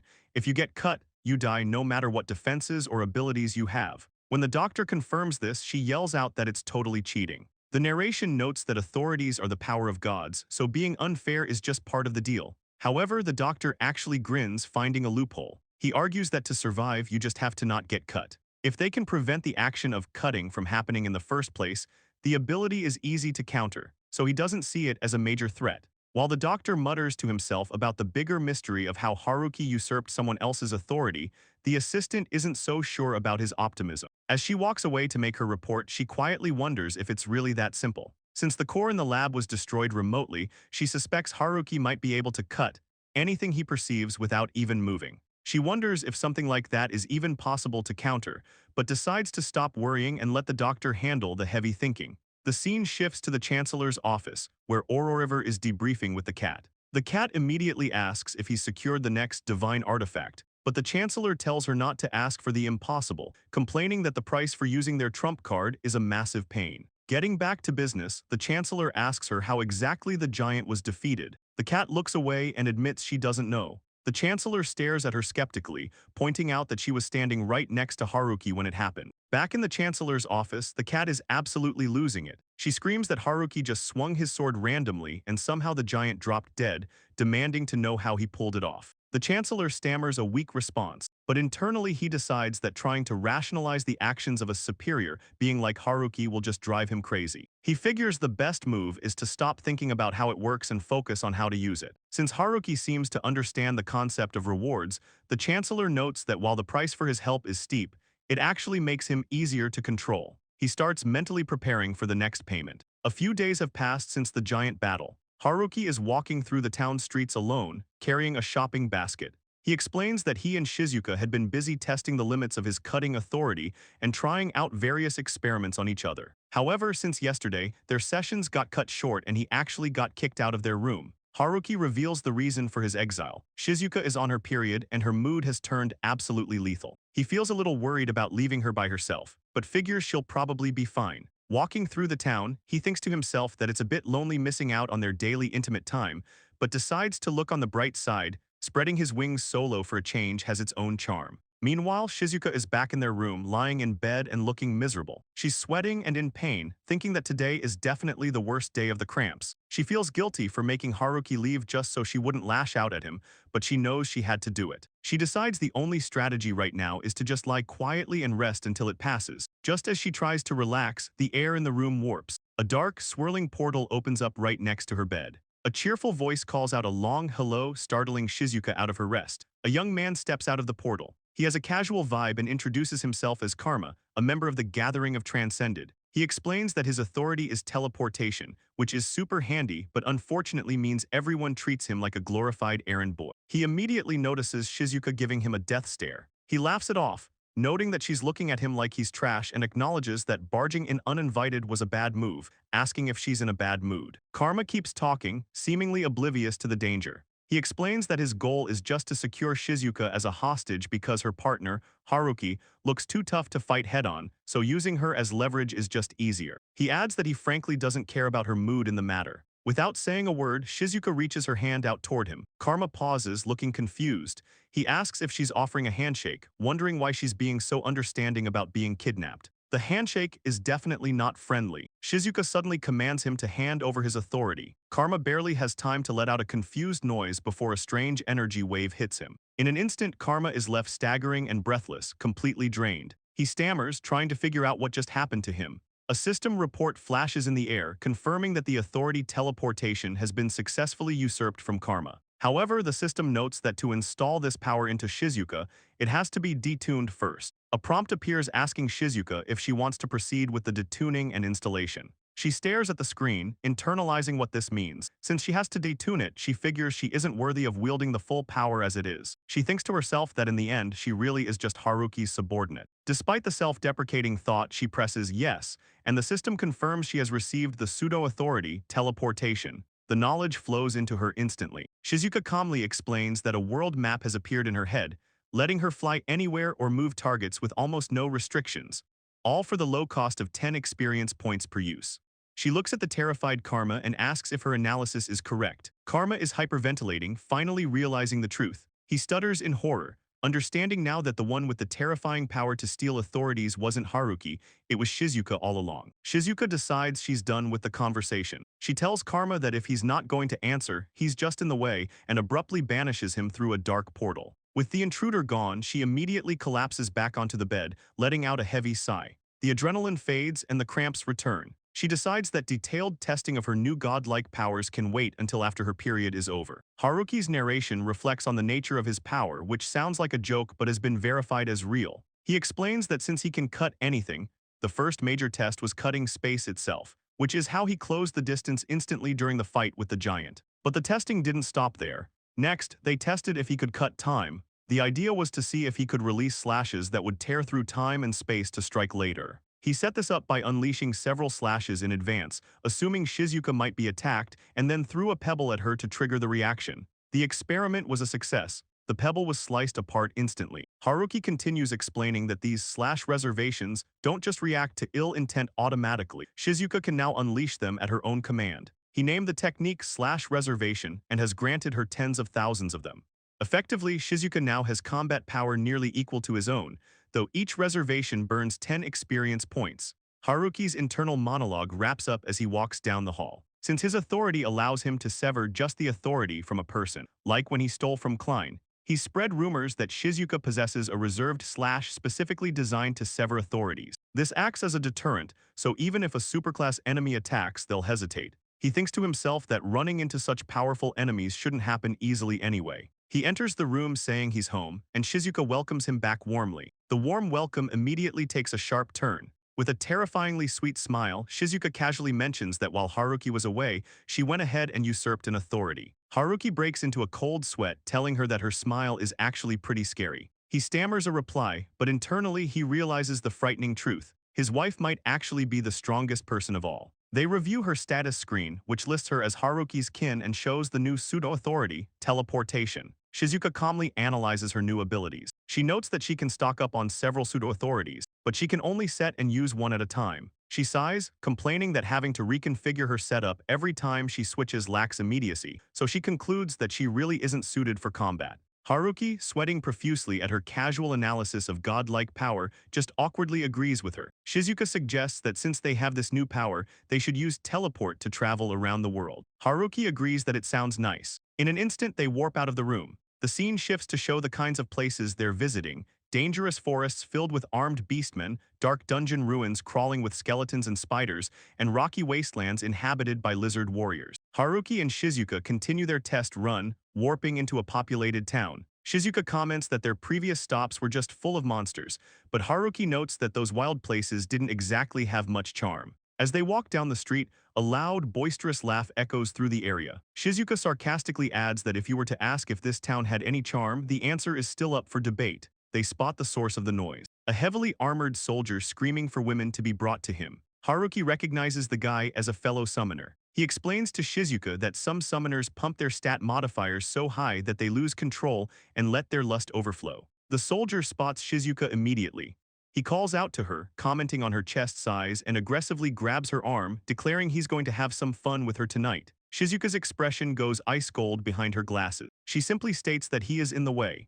In a split second, there's a sharp warping sound, and the soldier vanishes into thin air. The crowd in the tavern starts murmuring in confusion, looking at the empty spot where the loud man just stood. Haruki, staring at the vacancy, calmly asks his wife where exactly she decided to blow him away to. Shizuka blushes, looking a bit sheepish. She admits she actually wanted to launch him into outer space, but it seems her teleportation authority has an altitude limit of 10,000 meters. The scene shifts to a massive, fresh impact crater in the ground nearby. Haruki stares at the destruction, realizing the guy fell from the stratosphere and is likely just a red stain on the ground now. He offers a quick condolence to the puddle that used to be a person. The cat arrives on the scene in a panic, screaming at them to explain what they did. Haruki awkwardly apologizes. She looks at the crater, completely baffled, shouting that she can't figure out what kind of sword slash would cause damage that looks exactly like a fall from a massive height. Giving up on the logic, she sighs and tells them that since the previous summoner failed, meaning he's dead, Haruki and Shizuka have to take over his monster subjugation request. Haruki meekly agrees. Later, they are riding in a carriage toward the mission. Shizuka apologizes to Haruki for causing such a scene and getting them roped into this. Haruki assures her it's fine, but he turns his attention to the third passenger. He asks the cat why she is personally tagging along. She bluntly replies that if she takes her eyes off them, who knows what kind of disaster they'll cause. Haruki asks if she doesn't have other work, but she insists that babysitting them is better than letting the country collapse while she's busy elsewhere. The cat decides to give the couple some space. She tells them not to worry and that she'll make herself scarce during the night camp. She adds with a straight face that she's not that much of a pervert. Haruki and Shizuka, both blushing furiously, thank her for the consideration. Later that night, things get steamy in the tent. Shizuka tells Haruki not to hold back, declaring she'll freely punish him with her powers. Haruki, in a compromising position, apologizes and says he regrets being just some guy she couldn't stand on a gut level before, though the mood suggests he's not regretting much right now. The group continues their journey by carriage. The cat walks alongside the vehicle, listening to the passionate noises coming from inside. She deadpans that there's really nothing for her to say at this point. They eventually arrive at their destination, a completely decimated town filled with rubble. Haruki steps out and asks what this place is. The cat explains that the town was destroyed after getting caught in a massive monster outbreak. Haruki confirms that his job is just subjugation, and she assures him she's not asking for a rebuild, just a total wipeout of the monsters in the area. While setting up camp in the ruins, Haruki questions the mission parameters. He asks how they prove the job is done. The cat explains that if they camp for a week without being attacked, the hunt is considered complete. Haruki points out the flaw: if monsters appear, the clock resets and they start over from scratch. He gets suspicious, asking if she just made this up to keep him away from the capital because of some event. She gives a vague answer. Haruki complains that he would have gone on a trip without all this hassle anyway, and the cat notes that the chancellor is an efficiency freak who wouldn't allow a waste of resources. Haruki sighs that being worked like this sucks, and she actually agrees. Just then, a horde of armed monsters appears. Haruki resigns himself to the fight, saying it can't be helped, and prepares to get it over with. A short time later, Haruki and Shizuka are sitting on a massive pile of monster corpses. The cat finally addresses Haruki's earlier suspicion about the capital. She explains that right now, there's a summit of surrounding nations taking place. The main topic is Haruki himself, specifically whether he is a superclass being. She tells him that since things get messy when he's around, the plan was to put him on an important-sounding mission to hide him. Haruki asks why other countries even know about him, and she points out that it's impossible to hide the fact that he summoned a massive giant the other day from foreign intelligence. Haruki admits that figures. Meanwhile, back at the capital, the summit is in full swing. Foreign dignitaries press Chancellor Olga, asking if he still insists that Haruki is merely a top-secret special-class asset and not a superclass one. Olga maintains his poker face and confirms that is exactly the case. The dignitaries look frustrated and skeptical, but Olga pushes further. He tells them it's fine if they don't trust him. Olga drops the pleasantries and issues a cold challenge. He tells them that if they wish to challenge his country, they should go right ahead. The dignitaries sweat nervously, realizing they can't possibly pick a fight with a nation that possesses a superclass weapon. One of them curses Olga as a damn raccoon under his breath. Olga, watching them squirm, thinks to himself that this is downright amusing. He notes that ironically this fear has made for the smoothest meeting they've ever had. The boredom has officially set in. Haruki yawns loudly, complaining about the inactivity. He stares at the peaceful scenery and actually starts wishing for a superclass monster or a mountain giant to attack just to break the monotony. The cat immediately shuts him down, telling him not to jinx them with such unlucky talk. Haruki points out that it's been 3 days without a single monster sighting and asks if they can just go home already. She tells him to hold his horses. They have to wait another 4 days until the summit concludes. Even she admits with a sigh that she's bored too. Suddenly, a voice pipes up from directly behind Haruki, asking if he'd care for a game to alleviate that boredom. The entire group, Haruki, Shizuka, and the cat, whips around in shock to find an elderly man in a lab coat standing right there. The old man introduces himself as Klein, an advisory researcher with the Gathering of Transcendent. He states casually that being part of the gathering naturally means he possesses an authority. The cat freaks out, yelling that there's no way a transcendent would just appear out of nowhere. However, as she looks closer, she realizes something is off. His body isn't physical. She deduces it's a holographic projection. Haruki, meanwhile, just eyes the man calmly, focusing on the researcher part of his title. Klein continues, explaining that researching the godly power known as authority satisfies his intellectual thirst like nothing else. He gets straight to the point of his visit. He wants Haruki to teach him the method for usurping an authority. The cat is completely bewildered, wondering when Haruki got involved in such high-stakes insanity involving the power of gods. Haruki isn't in a sharing mood. He points his sheathed sword at the projection and tells Klein to do his own research, noting that he isn't a student who gives away answers for free. Klein admits the rejection stings a bit, but reveals he hasn't been idle. He tells them he's already looked into it and knows the circumstances behind Shizuka usurping the transfer authority. This shocks both the cat and Shizuka. Klein rambles on about his theories, speculating that Haruki severs the power so she can take it, but admits the pieces don't quite fit yet.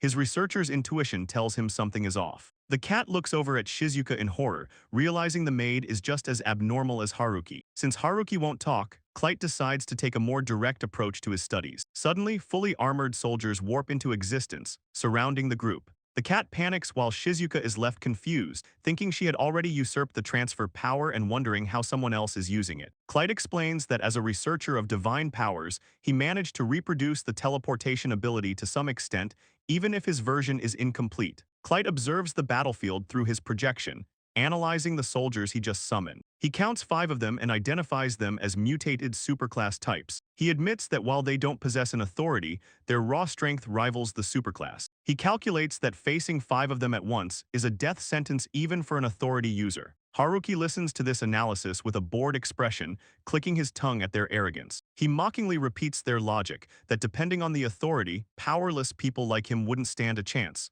Haruki stares down the enemies, running through the combat parameters in his head. He acknowledges that taking a single hit from these guys probably means instant death. But then he simplifies the whole problem. He just has to avoid getting cut. If that's the only condition, he decides it's a simple mission. In a split second, he unleashes a blindingly fast slash that cuts through the air. The result is instantaneous. Klein's projection eyes widen in sheer shock, screaming out to ask what just happened and what Haruki did. Shizuka and the others watch as the superclass soldiers are obliterated in a single move. The enemies crumble into black goo and blood, one of them letting out a final groan as they're destroyed before they could even move. With his soldiers dead, Klein quickly shifts gears.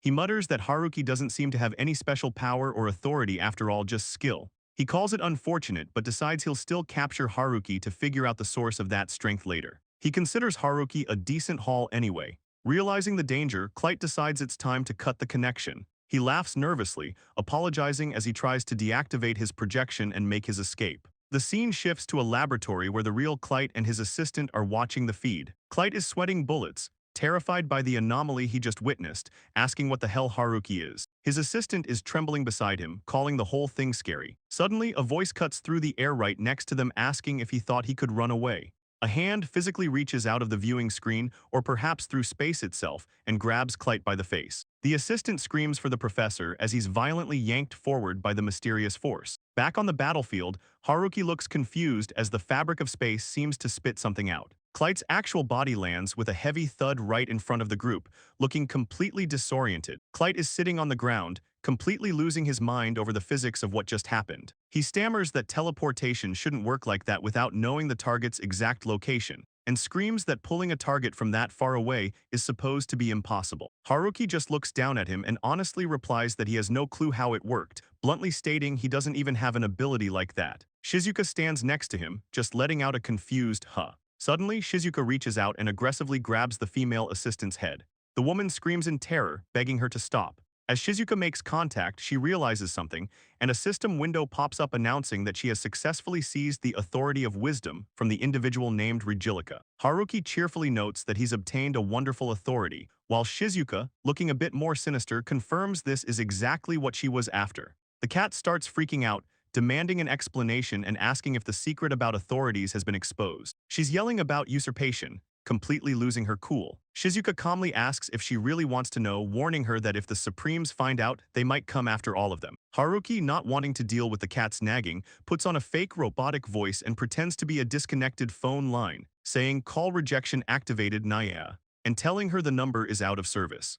Seeing Haruki deflect, the cat decides to drop the subject, guessing it's fine after all, and Haruki agrees that's a wise choice. He turns his sword toward Klein, saying that whatever he heard during the interrogation isn't his concern. Klein, sweating bullets, starts begging for his life, claiming his intellect is a valuable asset to the world and pleading with Haruki to consider the loss. Haruki just stares at him coldly and says he doesn't care at all. Later, Haruki is meeting with the chancellor. He corrects himself mid-sentence and casually asks the chancellor if he wants these prisoners. The cat looks confused, while the chancellor is sweating so hard he asks Haruki to repeat that one more time. The cat steps in to explain the gravity of the situation. They caught the advisory researcher from the Gathering of Transcendence. She tells the chancellor the prisoners offered to do anything to be spared, so he should squeeze information out of them. The scene shifts to the castle. Haruki is walking through a room, wondering how things ended up like this and wishing he could just ask the people involved directly. Inside the room, Shizuka stands ready. Her eyes widen and glow as she activates her newly stolen power, initiating Wisdom Disclosure. Back in the castle room, Haruki is startled by the sudden appearance of a holographic interface right in front of him. He asks if this is his status window, and Shizuka confirms that the Wisdom Authority can instantly pull up detailed information on targets without their consent. Haruki looks at the screen, impressed that he can see an enemy's combat power laid bare before a fight even begins. Shizuka adds that there is another main ability included, a search function. Shizuka explains to Haruki that her new Wisdom Authority basically functions like a database of God's knowledge. She notes that it works by just thinking of a word to retrieve results, though each search burns through 10 experience points. She adds that there's a bonus memo function where the previous owner left a mountain of notes. Haruki laughs, looking impressed that she's already utilizing the power way better than the previous owner ever did. Shizuka remarks that there's a very specific reason the previous guy failed to master it properly. Later, in a dungeon cell, Shizuka is interrogating the researcher Klein. He asked for confirmation on the name of Haruki's power, specifically if it was called the one who slices. Shizuka confirms it, admitting that while she only caught a glimpse of it, she was watching closely enough to be sure. Klein finds the name unusual and agrees when Shizuka suggests that Haruki's power is abnormally strong. He then pivots the question back to her, asking if she thinks she has truly mastered wisdom simply because she possesses it. Shizuka shuts that idea down immediately. She states that there's a huge difference between just using a power and actually mastering it, calling it arrogant for a mere human to think they can fully control the power of a god. Shizuka lays out her theory on why the previous users were so weak. She argues that they were only accessing a tiny fraction of their authority's true potential. She points out that Fortress was just a barrier, not an actual fortress, and transfer was limited to mapped locations instead of offering true freedom to go anywhere, like other worlds. She criticizes the fact that wisdom was reduced to nothing more than a search engine and a notepad. Shizuka pushes the theory further, suggesting that true wisdom should grant all knowledge in the world instantly. Klein panics, pointing out that such an influx of information would kill a human instantly. Shizuka yells that this is exactly the point, being human is the limiting factor. When Klein argues that Haruki is human too, Shizuka explains the difference lies in the name. She categorizes powers like fortress and wisdom as phenomenon types because they are common nouns. In contrast, she theorizes that Haruki's the one who slices is a proper noun, making it a possession type that is likely active 24/7 without the need for manual activation. Shizuka dives into a deeper explanation of how authorities work, referencing the research Klein was doing before he died. In a flashback, Regilica asks Klein what he means, and the scientist realizes something crucial. The Ripper authority didn't just give Haruki power. It fundamentally transformed him into a being known as the Ripper. Klein theorizes that unlike normal powers, these possession-type authorities actually reside inside the human host, actively altering the person to fit the power's nature. This leads to a major realization. If the power has to possess the user to work properly, then the other kind, the phenomenon types, are being severely held back by human limitation. The flashback continues for a second with Regilica saying she wants to research that exact topic, but Klein suddenly panics, realizing that since he just lost his authority to Haruki, all those research reports are effectively gone too. Back in the present, Shizuka breaks it down for Haruki. She explains that for phenomenon-type authorities like transfer or wisdom, a human user is a bottleneck. To be blunt, a human can't even draw out 1% of the power's true potential. However, for possession-based types like Haruki, the authority optimizes the user's mind to suit its needs, allowing them to drag out nearly 40% of the power. Shizuka uses a battleship analogy to make it crystal clear. She explains that a phenomenon-type power is like ripping the main gun off a massive battleship and handing it to a human. Sure, they can fire it, but it's arrogant to think a human can wield a god-class weapon properly.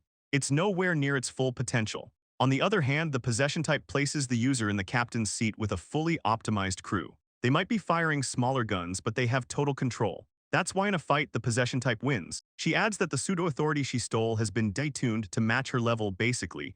She's driving a small, personal battleship at 100% efficiency, which is way deadlier than a massive ship that can't even function at 1%. Shizuka pushes up her glasses with a confident smile, noting that it's only natural she handles the power better than its previous owner. Haruki admits the technical stuff goes over his head, but he tells her she's incredibly reliable. Then Shizuka drops some major intel. The report she analyzed didn't just explain powers, it revealed the location of the Transcender's gathering headquarters. Haruki asks what they should do, but Shizuka just smiles, clearly already having a violent plan in mind. Shizuka's demeanor shifts completely, her eyes going wide with a battle-crazed look as she drools slightly. She starts listing options. They could charge in and seize the enemy's authorities by force, or let them swim free and strip them of everything one by one. Internally, she's thinking about storming the place and turning anything useless straight into experience points. Haruki tries to maintain his composure, stating that while he doesn't want to fight unnecessarily, he'll do it if battle is required. Shizuka presses him, saying if they dawdle, the prey will escape. Intimidated by her sudden intensity and the dark aura radiating from her, Haruki breaks into a sweat and quickly agrees to do whatever she says. However, the plan hits a snag. Shizuka pouts, looking frustrated and calling the enemy impudent. The assault on the main base has to be postponed. It turns out the headquarters is on an uninhabited island in the middle of the ocean, protected by a barrier specifically designed to seal off teleportation. The enemy likely assumed that once Haruki obtained the teleportation power, he'd launch an immediate attack, so they went on the defensive. Haruki notes that while they could approach from outside the barrier, teleporting blindly over the ocean carries the risk of drowning the moment they land, so they're stuck for now. Shizuka throws a fit in the background, yelling about the enemy's cowardly attitude for hiding behind a barrier. Haruki takes it calmly, noting that if he were facing someone who steals authorities, he'd probably stick to pure defense too. Time moves forward. Several months pass with autumn leaves falling around the city and no major moves are made. Haruki is walking with the cat, surprised to hear that the hero is finally coming back. He scratches his head, admitting he didn't even realize the guy had gone anywhere in the first place. The cat sighs, insisting she definitely explained this to him before. The narration explains that there's a place called the Demon Waste where monsters spawn in massive numbers. Going there to grind experience is called a trial. It's high risk, high reward, survivors come back leveled up but many don't come back at all. Haruki vaguely recalls hearing about some camp, but the cat corrects him sharply, it's a trial not a camp. She reports that 8 people went out this time, but only 4 made it back alive, which she considers a pretty good outcome. Haruki watches the returning group, led by a ragged-looking Tsukasa Nido, and realizes it was literal life-or-death training. The cat teases him for being cold-hearted toward his classmates, so Haruki offers a dry "my condolences" as he watches them approach. Haruki asks if the survivors got strong enough to be considered special grade. The cat says there's no way to know without seeing them fight. Haruki wonders if there isn't some device that can show strength as a number, like a scouter from a manga. She immediately dismisses the idea, saying no such thing exists. But then she pauses, remembering something crucial. She realizes there is one, or rather, someone who can do exactly that. While they talk, Tsukasa Nido walks silently past them looking grim. Haruki waves casually and says, "Hey, long time no see." Nito stops in his tracks. He stares blankly for a moment, then starts walking past Haruki without returning the greeting. As he passes, he speaks in a low voice. He admits that he used to be afraid of Haruki, but now he claims he could take Haruki's head as easily as picking a flower. Haruki watches his former classmate walk away, commenting that the guy is giving off serious powerhouse vibes. Nito ignores him and keeps walking. Once he's gone, Haruki turns to Shizuka and asks if she saw it. Shizuka, using the stolen wisdom authority, says she'll show him right away. She projects a status screen in front of them detailing Nito's stats. It lists his age as 18, his Blessed by Beauty Fairy title, and skills like Limit Break and Super Regeneration. His numerical stats are hovering around the 50 range. Haruki looks at the numbers and lets out a disappointed groan, calling them kinda mess. Shizuka warns him not to get cocky, noting that it won't be as easy as picking flowers like Nito said. Haruki asks what the fairy's blessing on the status screen means. Shizuka explains that she searched for wisdom, and it seems that with the contracted fairy's blessing, they can enhance their stats by 15 times, while Kat comments, "If it's at the top tier level, then that's how it is. As long as it reduces her workload, she is fine with anything." But then Haruki asks Kat why did she talk about her.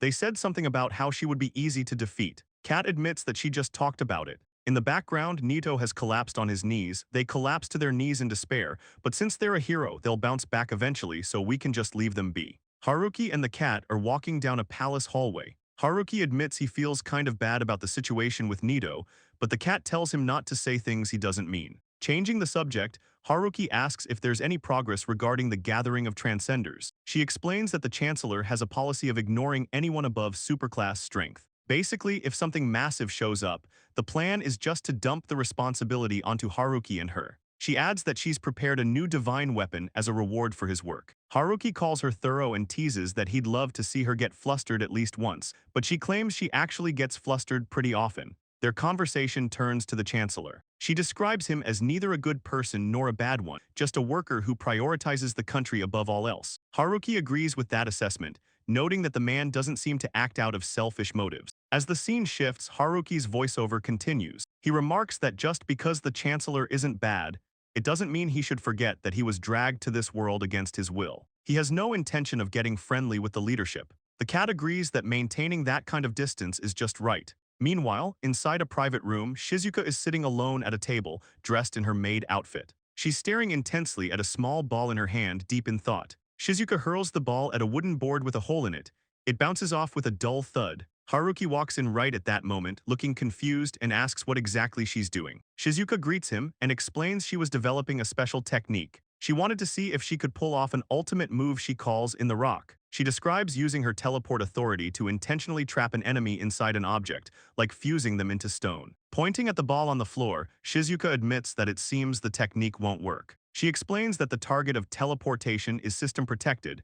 When she teleports, the ability physically shoves aside the surrounding space so the user arrives unharmed. Basically, she can't glitch herself into a wall. However, she has another idea. She wonders if she could teleport an object into an enemy's body instead. Haruki looks a bit terrified by her creativity, admitting that when she puts it that way, teleportation is a frighteningly powerful ability. Shizuka notes she can even launch this attack from 10,000 meters in the air, but her main issue right now is a lack of experience points to pull it off. Suddenly, the door slides open and the cat barges in, announcing that a perfect job has just come their way. Haruki, startled, complains that it's a bit much to barge into a married couple's room without permission. The cat brushes him off completely, asking what he's talking about. She tells him privacy hasn't existed since the moment he arrived, and that information is leaking out everywhere anyway. She reveals it's an open secret that he possesses superclass strength. Because of that, a neighboring country found out about him and did something outrageous. Haruki asks what she means by outrageous. She explains that in this world, there are certain monsters that even special-class fighters can't handle. She reveals a sketch of a massive, dragon-like creature.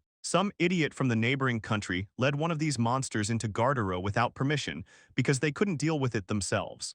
Now there's a superclass monster on their doorstep, and the neighbors want Haruki to handle it. The cat calls it a huge international problem. She tells Haruki she plans to squeeze a big favor out of the neighboring country later as compensation, so she wants him to take care of the beast for now. Haruki, Shizuka, and Nito arrive at the location to face the reported threat. Nito is acting as their chaperone today in place of the cat. While Haruki casually wonders if the enemy is actually going to be tough this time, Nito is already panicking. He frantically reminds them that this monster is legendary for taking down entire groups of first-class fighters.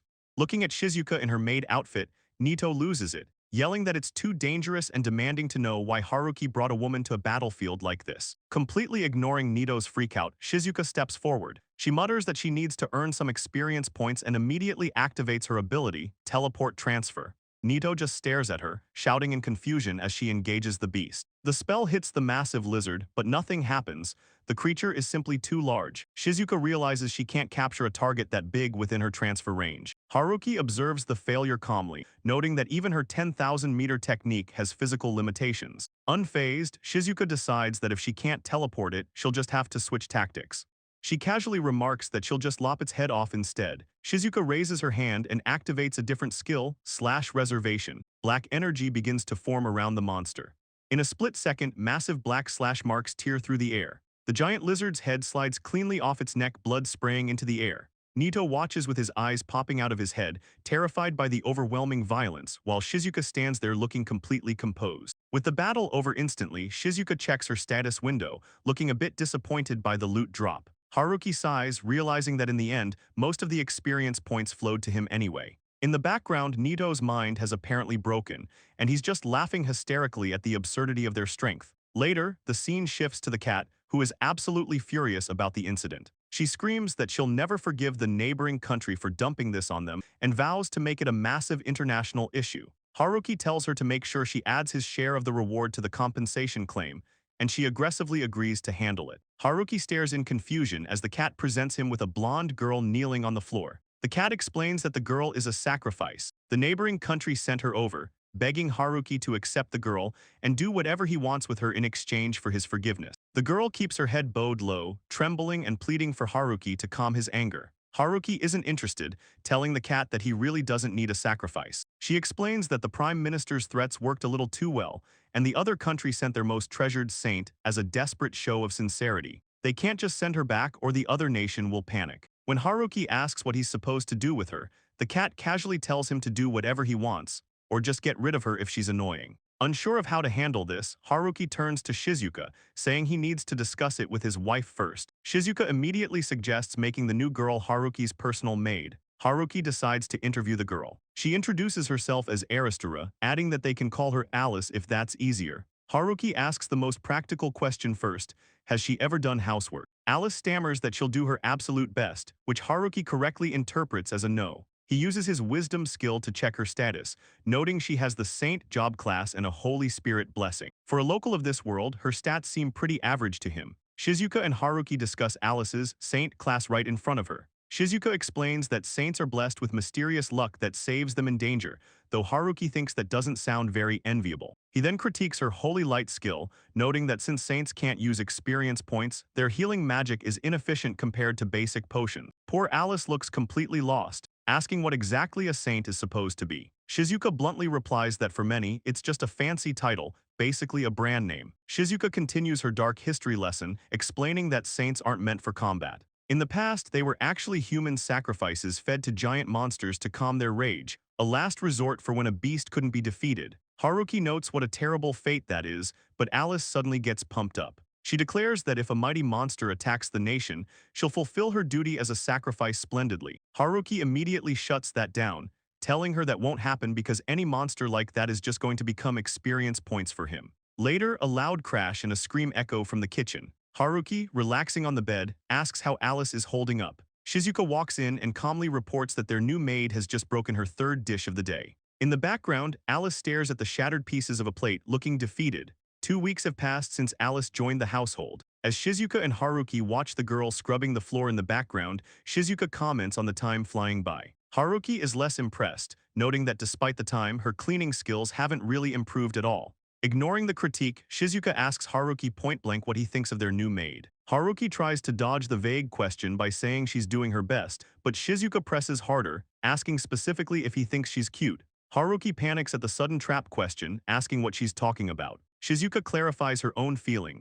admitting that she actually likes Alice quite a bit because the girl is straightforward and gives her all. She confesses that she's grown fond enough of her that she can't even imagine using her as a monster sacrifice anymore. Haruki calms down and agrees, admitting he's gotten attached too. Shizuka gives a cryptic smile, declaring that this emotional attachment makes the situation perfect, leaving Haruki completely confused about what she means. Later that night, Shizuka sits awake while Haruki sleeps beside her. She checks her status screen, thinking that the experience points she's getting feel a bit unreliable. She resolves that she has other ways to earn power on her own. Looking at Haruki's sleeping face, she decides that it's finally time to act. She leans down and kisses Haruki on the cheek, whispering that she truly loves him. As she pulls away, she reflects on her own personality, realizing that even though she's usually timid, she can't stop herself once she sets her mind on something. Leaving the master bedroom, she heads down the hall and stops in front of the guest room door, whispering Alice's name. Standing inside the room where Alice sleeps, Shizuka stares at the girl. She feels like Alice's presence was the final missing piece she needed to move forward. She views what she's about to do as a necessary ritual to take her next step. Even though she knows logically that she doesn't need to do anything extreme, the idea has taken root in her mind, and she feels compelled to see it through. The next morning at breakfast, Shizuka drops a bomb on the conversation. She tells Haruki that she's always felt guilty about making him hold back whenever she has her period. While Alice innocently cooks in the background, Shizuka announces her new policy. From now on, whenever she's unavailable, Alice will attend to him. Haruki freezes in complete shock at the sudden harem declaration. Haruki frantically tries to shut down the sudden harem proposal, stammering that he can totally control his urges. Shizuka shoots back that he's clearly holding himself back, implying he's frustrated. Cornered, Haruki admits that's technically true, but insists he's not trying to sleep with a bunch of people. He's only interested in her. Shizuka explains her side. Normally, she'd be jealous and wouldn't want him sleeping with anyone else. However, she admits she actually likes Alice. Because it's Alice, she feels like she could handle sharing him, which is why she's pushing this mistress plan. Haruki still doesn't get why she's so eager to set this up. Shizuka bluntly drops the practical reason. Her period is starting soon. She tells him to think it over before then and walks off, leaving Haruki completely bewildered. Later, Haruki watches silently from a table as Shizuka and Alice laugh together in the kitchen. The two girls getting along suspiciously well, while he's left confused by the whole dynamic. Seeking a second opinion, Haruki consults the cat. She dismisses his worries, calling it just a slump or the price he pays for having a boring routine. Haruki immediately regrets asking her for advice. She speculates that maybe Alice, the saint, is suspicious or someone has dirt on him, causing this weird situation. Haruki shoots that down immediately, claiming his slasher instinct is top tier for sensing malice, and he doesn't feel any bad intent here. The cat offers a different theory. Maybe Shizuka is making a declaration of resolve because she feels their hearts are drifting apart. She asks Haruki if he ever actually tells Shizuka he loves her out loud. Haruki realizes he hasn't been doing that. She warns him that women get anxious without verbal confirmation and tells him to go show his love properly. She shoos him off to go make up, saying their awkward energy is annoying her. Haruki is stunned that she actually gave sensible advice. Walking down the castle corridor alone, Haruki mulls over the situation. He figures if Shizuka was just upset, she'd say so directly. The fact that she brought up this harem arrangement implies something deeper, and it doesn't sit right with him. Looking out the window at the heavy rain, he notes the ominous sky, feeling like things are about to get nasty. As he turns a corner, Haruki spots Shizuka standing alone in the middle of the hallway. He calls out her name, noting how weird this is, She usually hates being seen in public areas when she's not working. Shizuka turns to face him, revealing that she's been standing there waiting specifically for him. Haruki finds Shizuka standing alone in the hallway and asks why she's lurking out here instead of waiting in the room. Internally, he can't shake the feeling that something is off about this whole situation, especially involving Alice. Shizuka admits he has a point but assures him she isn't being controlled. She explains that Alice's presence and everything happening right now is her own choice, a necessary ritual for her to move forward. She elaborates on her hesitation, describing herself as a timid woman who can't even take off her glasses in front of people. She tells him she needs to set up multiple safeguards before she can take even a single step. Haruki is confused by this talk of rituals, but Shizuka insists that stepping outside by herself like this is a vital first move. She adds a cryptic comment that if he had just chosen Alice, she could have done this more perfectly, but claims she's happy regardless. Haruki, still skeptical, asks where exactly she plans to go with all this moving forward talk. Shizuka shifts the conversation to the past, asking if he remembers the time he defeated the Orc Lord. Haruki confirms he does. She confesses that back then she was absolutely terrified, so scared she collapsed and even wet herself in fear. She recalls seeing him cut down that monster in a single strike and feeling how incredibly dependable he was. She admits that in that moment, she was intensely drawn to him as a strong male. She genuinely believed she would spend her life alongside him as his partner. But then her tone shifts as she reveals she recently realized something, prompting Haruki to ask what that realization was. Shizuka comes to a heavy conclusion. She doesn't actually see Haruki as a strong male anymore. The realization hits that his slasher ability isn't just strong, it is without a doubt the most powerful authority in the entire world. She lays out the reality of their difference in power, comparing other ability users to house cats facing a lion, a match that could never be fair. She admits her own teleportation power doesn't even come close to his. Touching her glasses, she explains that she is currently protected by his power, specifically by over 10,000 defensive slashes he registered on her. Then, declaring which means, she begins to remove her glasses, stripping away that protection. Shizuka drops her glasses onto the stone floor, letting them shatter into pieces. As the rain pours down around them in the courtyard, she declares that this is who she is now. A manic, flushed expression takes over Shizuka's face as she asks a strange question.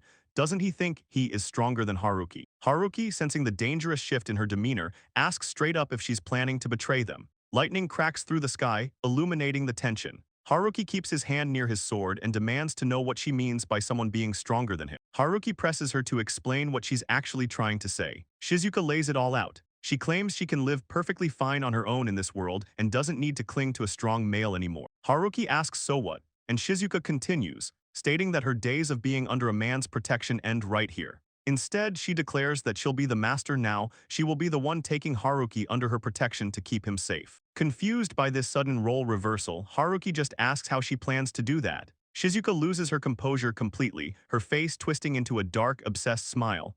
She explains the plan. She intends to seize the Ripper power, leaving Haruki powerless. Once he's helpless, she promises to take him in and keep him as her beloved pet. Thunder rolls overhead. Haruki listens to this insane declaration and just lets out a tired sigh. He looks at her, scratching the back of his head, and calls out her name. When she asks what he wants, he tells her that for someone so smart, she really is just an unbelievable idiot. Haruki stares her down silently. He tells Shizuka that she would figure the answer out if she actually thought about it for a second, but for some reason, she refuses to look for it. With a calm, almost mocking expression, he admits that he honestly finds that specific kind of stupidity cute. Shizuka, face flushed, demands to know exactly what he means by that. Haruki doesn't back down. He tells her she'll find out soon enough once she tries. He calls her bluff, acknowledging that she plans to usurp his authority and telling her to go right ahead. He warns her casually that he could kill her with a pre-booked slash if he wanted, or maybe he should try sending the attack 10,000 meters into the sky instead. Shizuka flinches at his confidence, while Haruki wonders to himself if she completely overlooked something obvious. Shizuka starts overanalyzing the situation in a panic. She questions if Haruki is faster than her, but reassures herself that her registered slashes are already active. She convinces herself that no matter what he tries, her strike will land first, and that he can't even enter her guard without triggering an automatic counterattack death. Concluding that Haruki has absolutely no means to attack her, she watches him mutter a casual agreement. Taking that as her opening, she sways forward, deciding to take full advantage of his inaction. The attack activates instantly. The ability, the one who slices, manifests, and a massive blade slash appears to cut straight through Haruki's head area. Shizuka screams out that she is taking this power for herself, reaching out with glowing energy to steal his authority while the slash connects. But when the dust settles, Haruki is standing there completely unharmed. Shizuka freezes in shock, stuttering and asking why. She starts panicking, realizing she can't usurp his power and that her attack somehow didn't hit him at all. While she spirals into confusion, Haruki just looks at her with a bored expression, asking what's wrong and if she's finished already. Shizuka refuses to give up. She swings her blade down with everything she has, letting out a strained grunt as the massive slash tears through the air. She completely loses her composure, stammering in shock as Haruki simply vanishes. A teleport skill activates and Shizuka grits her teeth in frustration, unable to comprehend his movement. Haruki reappears calmly, his hakama settling around him. He stands completely untouched, casually drifting out of range as Shizuka reaches for him in vain. The reality of the situation crashes down on her. Shizuka collapses to her knees, panting heavily. She asks aloud how this could happen and why it ended up like this. Seeing her broken spirit, Haruki quietly calls her name. Haruki starts breaking down the logic for her. He mentions that when he first realized the Slayer could cut anything, he had a specific thought process. He asks Shizuka if she ever thought about what he would want to cut first. Shizuka just looks up blankly, letting out a confused noise. Haruki presses on, stating that when someone hears anything can be cut, there is really only one logical thing to cut first. Shizuka remains completely lost, just staring at him in confusion. Suddenly, a status window pops up in front of her, causing her eyes to widen. She stares at the word kin listed on her profile, stuttering in disbelief. Haruki confirms her suspicion, explaining that she didn't just become his kin automatically because of their marriage. He points out how strange it would be for a legal wife to wield that much power just by default. He asks if she didn't find it odd that this specific category appeared the moment he became aware of his slasher abilities. Shizuka is hyperventilating, completely panicked as the situation sinks in. Haruki tells her that whether she calls it a bond or a yoke, the name doesn't really matter.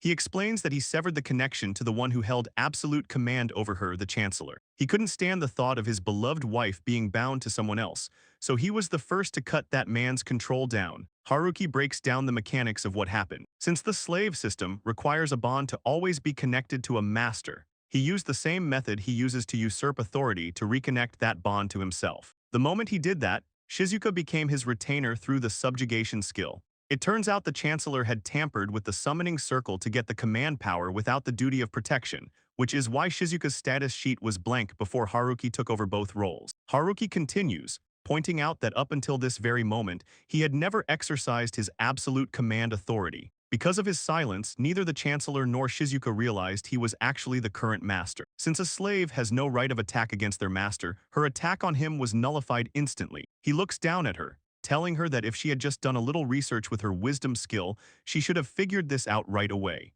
Totally defeated, Shizuka collapses onto the floor. She stammers out an apology, terrified. She begs him to forgive her, admitting that she thought she had gained power and just got carried away. Haruki stares down at her with a serious expression, telling her that it's not good. He says she really went too far this time. Squatting down to her level, he tells her he can't forgive her that easily, causing Shizuka to let out a frightened squeak. Haruki activates his authority, declaring that he is giving an order to his kin, Shizuka Ito. Shizuka braces herself for the worst, but Haruki simply commands her to become his lovely bride. A thunderstorm rages through the night, lightning crashing down around the castle. Eventually, the storm breaks and the sun rises high into the sky, signaling the start of a new morning. Inside one of the bedrooms, the day begins. Shizuka is wide awake, naked in bed, and absolutely beaming with energy. She greets Haruki with an overly enthusiastic good morning, practically glowing with hearts.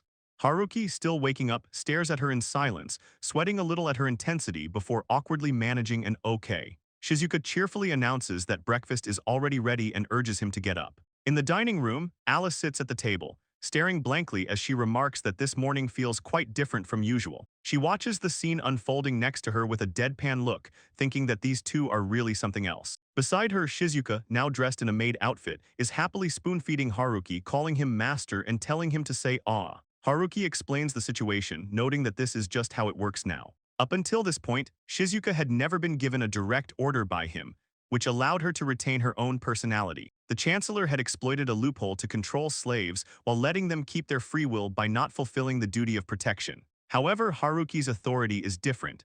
It exerts a coercive power far beyond what the Chancellor had.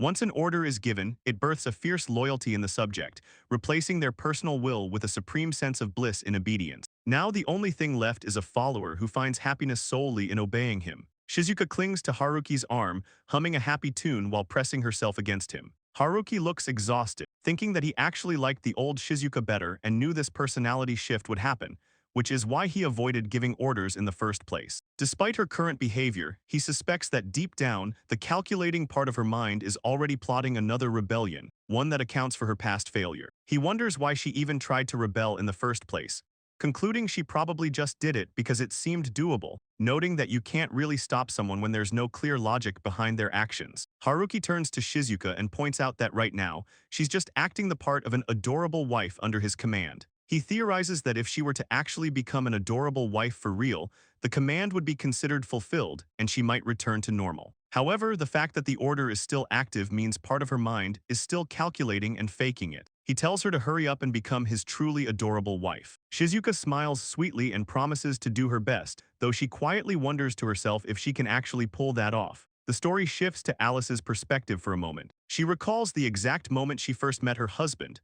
describing how the power within her, likely her saint ability, reacted instantly. She felt a genuine spark, sensing an overwhelming divine power radiating from the man in front of her. That realization changed everything for her. Alice explains that she had a sudden awakening, finally understanding the true nature of things. While she originally thought her life's mission was just to die as a sacrifice for the monsters, she realized she was wrong. Kneeling in the room while Haruki rests nearby, she affirms that her true purpose is to guide the one who holds this divine power. Later, Haruki is walking outside on the castle grounds with the cat. She asks what the chancellor was so flustered about earlier. Haruki explains that the guy probably just realized that his cord, the control leash he thought he had on Haruki, has actually been cut for a long time. Haruki notes that since he could wipe out the entire country on a whim if he wanted to, a little control cord wouldn't make a difference anyway. The cat processes this, realizing that the situation hasn't actually changed much. Haruki has always been the real threat, so there's no point in panicking now.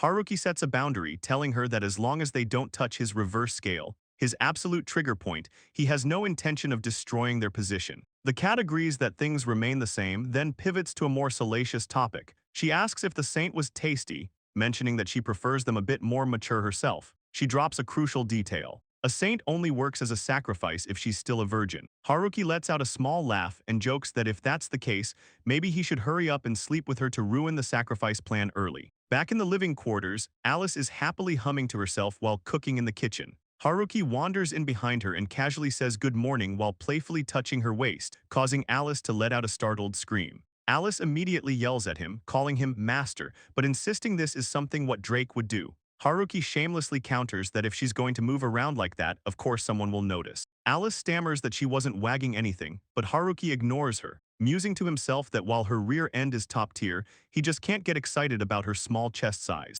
As he's casually critiquing her body, he suddenly freezes. Shizuka is standing right there in the doorway, staring at him with a silent, intense gaze that makes him break out in a cold sweat. Haruki awkwardly asks Shizuka if she saw what just happened with Alice. He tries to breeze past it with a casual morning greeting. Shizuka, face completely red, stammers out a greeting to her master, but the emotional damage is instant. She violently projectile vomits a massive amount of blood right in front of him, leaving Haruki screaming in shock. Haruki yells, asking what the hell just happened. Shizuka, collapsed on the floor in a puddle of her own blood, weakly explains that seeing Alice and her master getting all lovey-dovey caused her immediate, stress-induced stomach failure. Alice is confused, pointing out that Shizuka was the one who suggested Alice become a mistress in the first place. Shizuka admits she overestimated her own ability to handle the jealousy. She starts spewing blood again, sending Alice into a panic as she screams for healing. Watching the chaos, Haruki realizes that Shizuka's rebellion plan to keep her distance has failed miserably. She likes him way more than she even realized herself. Later, Haruki is walking outside the castle when Princess Silphiera intercepts him with a cheerful greeting.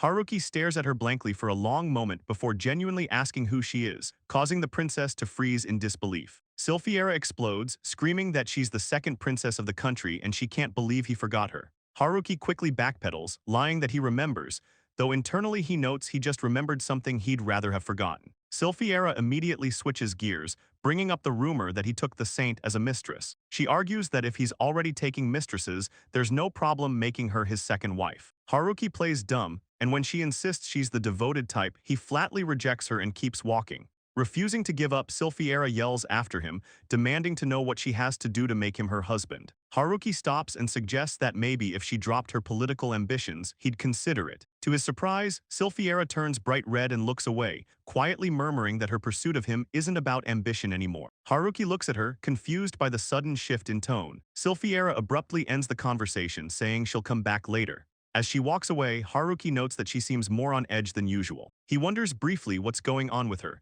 but quickly decides that he doesn't care enough about royal family drama to get involved. Shizuka decides to try a new tactic to win Haruki over. She presents herself to him with a suddenly massive chest, proudly demanding he take a look. Haruki immediately calls bullshit, pointing out that it's physically impossible for her to grow that much overnight and asks if she's padding. Shizuka shamelessly admits that yes, Alice bought her a padded bra to boost her assets. She asks Haruki if this specific size is more to his liking, reasoning that if she's this big, she can't complain about the results. Escalating things quickly, she boldly tells him he can go ahead and squeeze them if he wants to check the quality. Haruki is left stammering and awkward as she bows politely while shoving her fake chest in his direction, leaving him unsure how to handle her aggressive new strategy. Later, as the trio walks through the castle, the mood is weird. Shizuka tells Haruki to hang in there, but he snaps at her to stop looking at him with those weird pitying eyes because it's making him uncomfortable. Alice decides to weigh in, casually mentioning that having a large chest just causes stiff shoulders and isn't actually that great.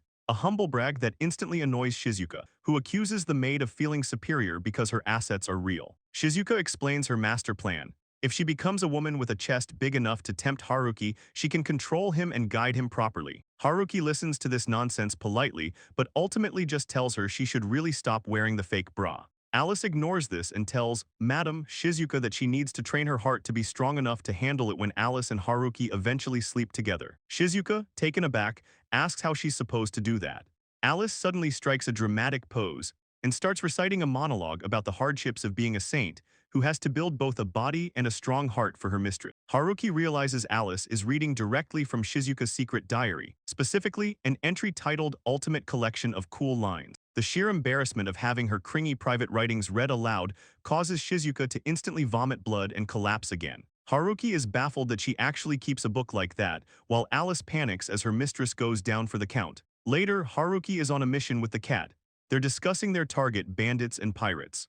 The Catwoman explains they need to hurry, but questions why the summoners can't just wipe them out easily. She reveals a dark truth. Most of the bandits in this world are actually runaway summoners from other groups who deserted. Haruki is surprised to hear this. The Catwoman notes he's clueless as always, explaining that usually half of a summoned group runs away, but Haruki's group had the hero keeping them in line, so they didn't see the reality of desertion until now. On the deck of a ship, the cat briefs Meika on the mission details. Meika is confused why she's being sent out while the so-called hero isn't here, but the Catwoman explains the logic. They sent the hero to deal with simple bandits, so he can get used to winning one-sided fights and build his confidence. Meika realizes this is basically training wheels to teach him how to overrun enemies. The Catwoman agrees, noting that mental toughness is key for war, meaning the harder job falls to Meika. She'll be fighting the pirates. Meika, Alice, and Shizuka look around their vessel as they set sail. Alice is actually enjoying herself, remarking that her first time at sea has a certain charm to it. Meika, however, is less impressed and asks why they are sailing on such a total wreck. The Catwoman explains that it's a necessary disguise. The cover story is that they were already attacked by pirates and this wreckage is all that remains. If they sailed a pristine ship, the pirates would be too intimidated to attack them. The Catwoman's demeanor suddenly shifts into terrifying aggression. She warns that pirate attacks are no joke and orders Meika to search and destroy, explicitly telling her to split the enemy ships in half and leave no witnesses. Meika is a bit disturbed by the bloodlust until the Catwoman reveals her true motivation. She plans to torture the location of their hideout out of the survivors and wipe them out because pirates steal fish from her. Meika realizes the commander is just incredibly fired up over a personal food grievance. 3 days pass and the mood on the ship plummets. Alice and Shizuka are completely exhausted by the diet, complaining that they are sick of eating fish every single meal. Meika is practically begging for meat or vegetables, but the Catwoman is in heaven, claiming she is perfectly satisfied with the menu. Frustrated and hungry, Meika screams at the ocean, wishing pirates would just show up already so she can do something other than eat fish. As if answering her prayer, a lookout spots sails on the horizon and shouts that pirates have arrived. Meika's face lights up with terrifying joy. She immediately starts confirming with the Catwoman that she's allowed to sink that ship and split it right down the middle. The Catwoman tries to tell her to wait until they get closer because she needs a hostage for interrogation, but Meika is already too excited to listen. In an instant, Meika unleashes her attack. Massive geysers of water erupt from the sea as the pirate ship is obliterated in a single strike, reduced to splintered debris. The Catwoman sighs and adjusts her orders, telling the crew to capture the pirates who were lucky enough to be thrown into the sea instead of killed. Manga stands there wiping sweat from her brow, looking completely refreshed and satisfied now that she's finally cut something. Back on the ship, the cat briefs the team on the final phase of their mission. She reveals they've located the small island serving as the pirate hideout. Since the pirates are actually foreign saboteurs and the stolen treasure has already been shipped off to their homeland, there's no loot to recover. With no reason to board, the Catwoman announces the plan is simply to split the entire island in half and sink it. Manga, hearing that she won't have to hold back, accepts the mission with grim determination, ready to make any survivors spill their secrets. Manga executes the attack. In a single, devastating moment, the island on the horizon is obliterated, blasted apart by a strike so powerful it sends massive geysers of water shooting into the sky. With the target completely destroyed, Manga turns back to her crew, looking refreshed and satisfied, and simply says that now they can finally go home. Shizuka and Alice offer their praises to their terrifying master. Later, the group arrives back at the castle in the capital. Manga strides through the courtyard, radiating such an intense, heavy aura that the station guards stiffen up, looking visibly terrified as she passes by them. Walking through the corridors, the Catwoman notices Manga's mood and decides to probe a bit. She suggests that Manga might be feeling the weight of the karma from slaughtering so many people effortlessly. Manga immediately snaps back, calling it rude to assume she doesn't worry about things. But mid-sentence, she pauses.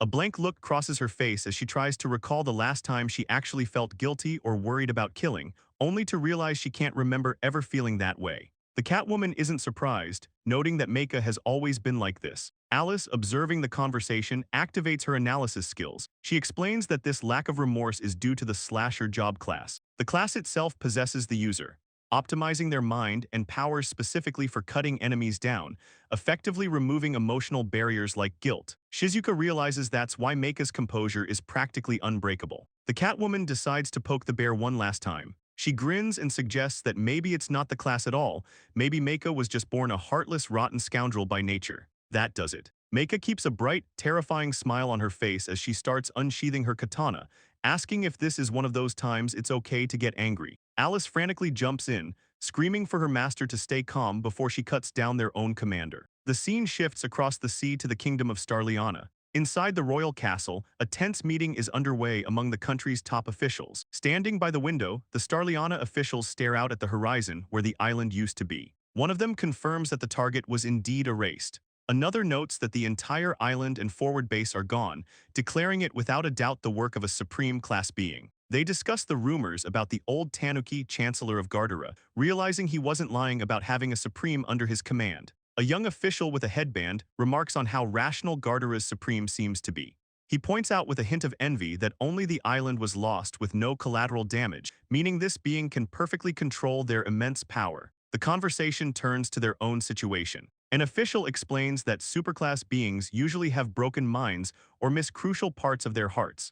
He laments that Starliana's own superclass is a textbook example of that instability. Small talk in the background reveals that their local monster strangled another attendant recently, pushing his kill count well into the double digits. The officials shudder, admitting nobody knows what sets him off and that they would honestly rather trade him for Gardera's rational weapon. With their military option being so unreliable, they agree that if strength fails, they will have to rely on diplomacy. Elsewhere, Princess Silfiera stands in the moonlight speaking with a shadowed conspirator. The man assures her that the groundwork has already been laid. Silfiera notes that all they need now is the right trigger for everything to move at once, hinting that the sharp-witted princess has her own hidden agenda in play. Back with Manga's group, the mood shifts instantly. The cat informs Manga that an emergency declaration has just been issued worldwide. Manga looks confused, asking what that means. The Catwoman drops the heavy news. Demons have appeared. The Catwoman explains the threat. While monsters usually act on instinct, rare individuals sometimes emerge with high intellect and rational thought. These are the demons. They possess such overwhelming strength that even multiple special-grade combatants can't take one down. Because of this, international law obligates every nation to cooperate immediately upon their discovery. She reveals the most terrifying part: demons can propagate. They capture humans and inject them with mana, forcibly mutating them into new, even stronger demons. If left unchecked, their numbers will multiply at an accelerating rate, creating an army of monsters where each individual is stronger than a nation's top fighter. The cat explains the grim reality of the situation to Meika. She states that if the number of demons exceeds 10, the world is essentially finished because they multiply faster than humanity can kill them. She adds that demons have their own hierarchy and absorb magicules from the environment to endlessly increase their power. Eventually, a demon can evolve into a demon lord, an entity stronger than even the superclass. She warns that no human can defeat a demon lord, so the moment one is born, it's game over. Meika considers this information, wondering internally if her authority would work on a demon king. She reasons that if it does, they might still have a shot at winning. Pumping herself up, she shouts that she just has to do her best to exterminate the demons, accidentally adding a meow to the end of her sentence. She immediately catches herself, looking embarrassed as she realizes she's picking up the Catwoman's verbal tick. Meanwhile, the army continues its march. The scene shifts to the bustling streets of the Ortis Kingdom's frontier. Haruki, Shizuka, and Aristora walk through the crowd, observing the massive mobilization. The cat notes that every country is in the same boat, as causing trouble now would make the whole world an enemy. Haruki asks where the actual demons are, and the Catwoman confirms they're on the frontier. Haruki then turns to Shizuka, asking why she couldn't just use her wisdom and teleportation skills to warp them there instantly. Shizuka explains that wisdom provides map coordinates from a god's eye view, which just looks like a string of gibberish characters she can't decipher. Shizuka continues her explanation, noting that she can only set one pseudo-authority at a time. This means she can't link the wisdom data with the mental map required for teleportation. She reflects that while combining them would open up amazing possibilities, it's probably best not to step too far into the domain of gods anyway. The group arrives at the frontier city in the urban district of the Kingdom of Ortis, where a massive camp has been set up. Surveying the camp, the cat reveals that special-grade warriors from every nation have gathered, numbering over 300, a truly massive military force. Haruki notes that since they crossed the borders without issue, the nations must have realized there was no time for formalities. In the center of the gathering, the Grand Marshal of the Ortis army stands before the troops, welcoming the elite warriors and expressing his gratitude for their arrival. Haruki asks who the man speaking is. The cat identifies him as the Grand Marshal of the Ortis army and assumes he plans to take command of the joint forces, though she sounds skeptical about how well that will go. Suddenly, a blond young man in the crowd raises his hand, interrupting the marshal. The young man calmly states he has a question. Ignoring the strategy completely, he asks who will be in overall command. The Grand Marshal, taken aback, starts to reply that as Grand Marshal it would obviously be him. The blond young man flatly tells the Grand Marshal that he isn't convinced. The Marshal snaps back, shouting "What?" in disbelief. The blond young man calmly explains that they aren't his subordinates anyway. The Marshal argues that he can't just hand over command when he doesn't even know what this guy is capable of. Hearing this, the blond young man suggests they settle who leads based on actual skill as he draws his blade. In a flash, the blond young man swings his sword. The movement is so fast it's barely visible, leaving the Grand Marshal shocked and unable to react. The Grand Marshal's outer robe shreds into pieces and falls away. Standing with his sword drawn, the blond young man declares he has no intention of serving someone weaker than himself. Turning to the assembled elite warriors, the blond young man issues a challenge. He shouts for anyone who thinks they can beat him to step forward, adding that he'll gladly follow the lead of anyone strong enough to take him down. The crowd murmurs uneasily, and someone observes internally that this situation is going downhill fast. The atmosphere among the warriors grows tense. Most of them are thinking that while having a nobody take command is annoying, fighting him is worse. They figure that even if they could win, facing an opponent of that caliber would be exhausting, and nobody wants to get worn down before the real battle. They doubt anyone will bother stepping forward. But suddenly, a stir runs through the crowd, causing the Grand Marshal to look over in confusion. Meika steps out from the line of soldiers, walking boldly toward the challenger. The blond young man watches her approach. In the background, the cat panics, stammering that the girl is an idiot. Ignoring the tension, Meika simply tightens her gloves, ready for a fight. The cat watches from the sidelines with a look of disbelief, complaining that Meika is actually pulling this stunt right here. She explains to the confused onlookers that Meika is holding a permanent marker. The crowd murmurs, trying to figure out what kind of weapon that is. The blond young man stares at the item and asks Meika what she plans to do with it. From the back, the cat chimes in again, calling it a kindness attack. The blond young man looks baffled, asking if she means kindness as in being nice. Recovering his composure, the blond young man comments that Meika has a strange weapon. He smirks and asks if he should get the name of his challenger. Meika uncaps the marker calmly and replies that she's fine just being called Challenger Number 1. In a split second, Meika moves.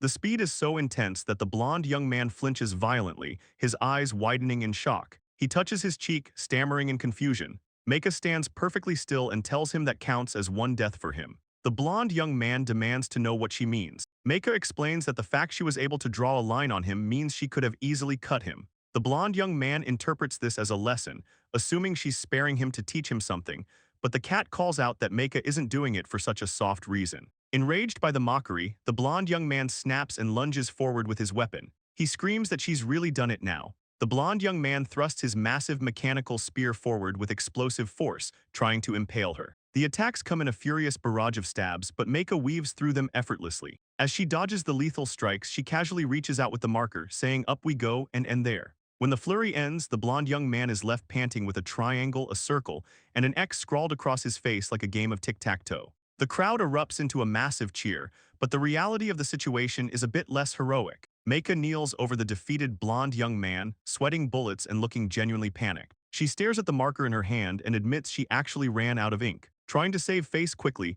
she looks down at her opponent and asks if he's feeling okay now, followed by a somewhat desperate check to see if he got a sense of her strength. The blonde young man cries out in shame, staring at the scribbles on his face. He demands to know how this counts as a kindness attack. The cat helpfully explains that while it's written as break heart, the pronunciation is heartbreak. Meika decides she's done enough, tossing the empty marker aside and telling them she'll leave the rest to them. As she walks off, she calls out that if anyone wants to be challenger number 2, they'd better bring their own marker. The soldiers cheer wildly at her victory. Later, back at the camp, the cat is scolding Haruki. She insists he's supposed to keep it a secret that he's super tier and needs to hold back more, implying he gave the order for that overwhelming display. Haruki apologizes, admitting he just got annoyed by how full of himself the guy was. Meika clings to Haruki's arm, praising him for being absolutely amazing. The cat joins the hug, swooning that she's fallen for her master all over again, though she notes the Prime Minister is probably relieved the conflict is settled. Getting down to business, Haruki asks what the actual plan is for the demon extermination.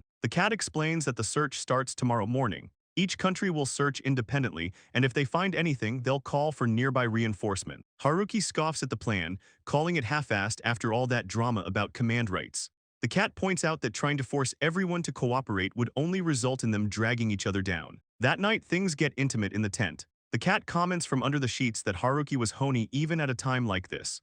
Aristora, forced to watch from the side, complains that she wishes they would at least hold back before work. The next morning, Haruki steps out of the tent stretching, loudly announcing that it was incredible and he couldn't get any sleep. The group heads into the forest for the mission. Haruki looks around at his team, noting that it's the usual crowd and the vibe is pretty carefree. He tries to strike up a conversation with Tsukasa Nito, asking if he agrees. Nito just grunts a cold HMPH and keeps walking, leaving Haruki watching him go in silence. Haruki watches Tsukasa Nito walk away without a word and asks if the guy seems rude, wondering if he did something to make the hero hate him. The cat bluntly remarks that the fact Haruki is unaware of the reason makes it even worse. Haruki's attention shifts as he spots a dark silhouette ahead, asking if that's their target. The cat confirms it. Haruki looks nervous, admitting that since she mentioned injecting humans with magicules, he was imagining something that looked a lot more human. Haruki stares up at the massive, hulking demon towering over the forest and realizes he was gravely mistaken about the human-looking part. The creature lets out a deafening roar that shakes the trees. Nito's squad immediately engages the threat. A soldier shouts for formation as they rush in. Nito leads the charge, landing a heavy impact on the beast while the soldiers flank it. From the safety of the sidelines, Haruki watches the chaos with a flat expression. He notes that Nito's group completely ignored them and just started fighting, asking if they really hate us that much. The cat corrects him immediately, clarifying that Nito doesn't hate us. He just hates Haruki. Haruki brushes off the roast and asks what the plan is. The cat suggests they sit back and let the hero's party keep going until they're in a real pinch. Meanwhile, Nito continues his aggressive assault on the demon. Haruki observes the flow of battle, pointing out that Nito's team seems to be pushing the enemy back pretty well. The cat offers a grim correction. She explains that demons are feared precisely because they possess reason and intelligence, which means they basically never act alone. As she speaks, the demon lets out another massive roar. Right on cue, a second demon drops from the sky behind the soldiers. The troops panic, stammering as they realize they're now pinned between two monsters. Nito reacts instantly, shouting for his rear guard to buy some time. He deflects a barrage of projectiles with his sword, yelling that he'll head over to help them as soon as he finishes off the first one. Skipping ahead to the demon battle, Haruki waves casually to Nito's squad, shouting that his side is fine so Nito should focus on his own fight. He asks why Nito's face is twitching like that. The cat watches the demon dissolve into black smoke and comments that Haruki is a genius at sucking the motivation out of people. Shizuka and Alice cheer for Haruki, celebrating that he took down both demons solo. Haruki complains that the XP payout was terrible, even less than the Orc Lord. The cat tells him to zip it. Suddenly, a noise catches their attention, and they look toward the direction of their base, realizing something bad has happened. They return to find the main camp completely destroyed. The cat reports that a horde of demons ambushed the main force, using coordinated tactics to inflict heavy casualties on the special grades, though the leadership managed to evacuate. Haruki asks about the chancellor. The cat confirms the enemy retreated once they had the advantage. Haruki suggests that they might as well go fight the demons to gain some experience since they're already here.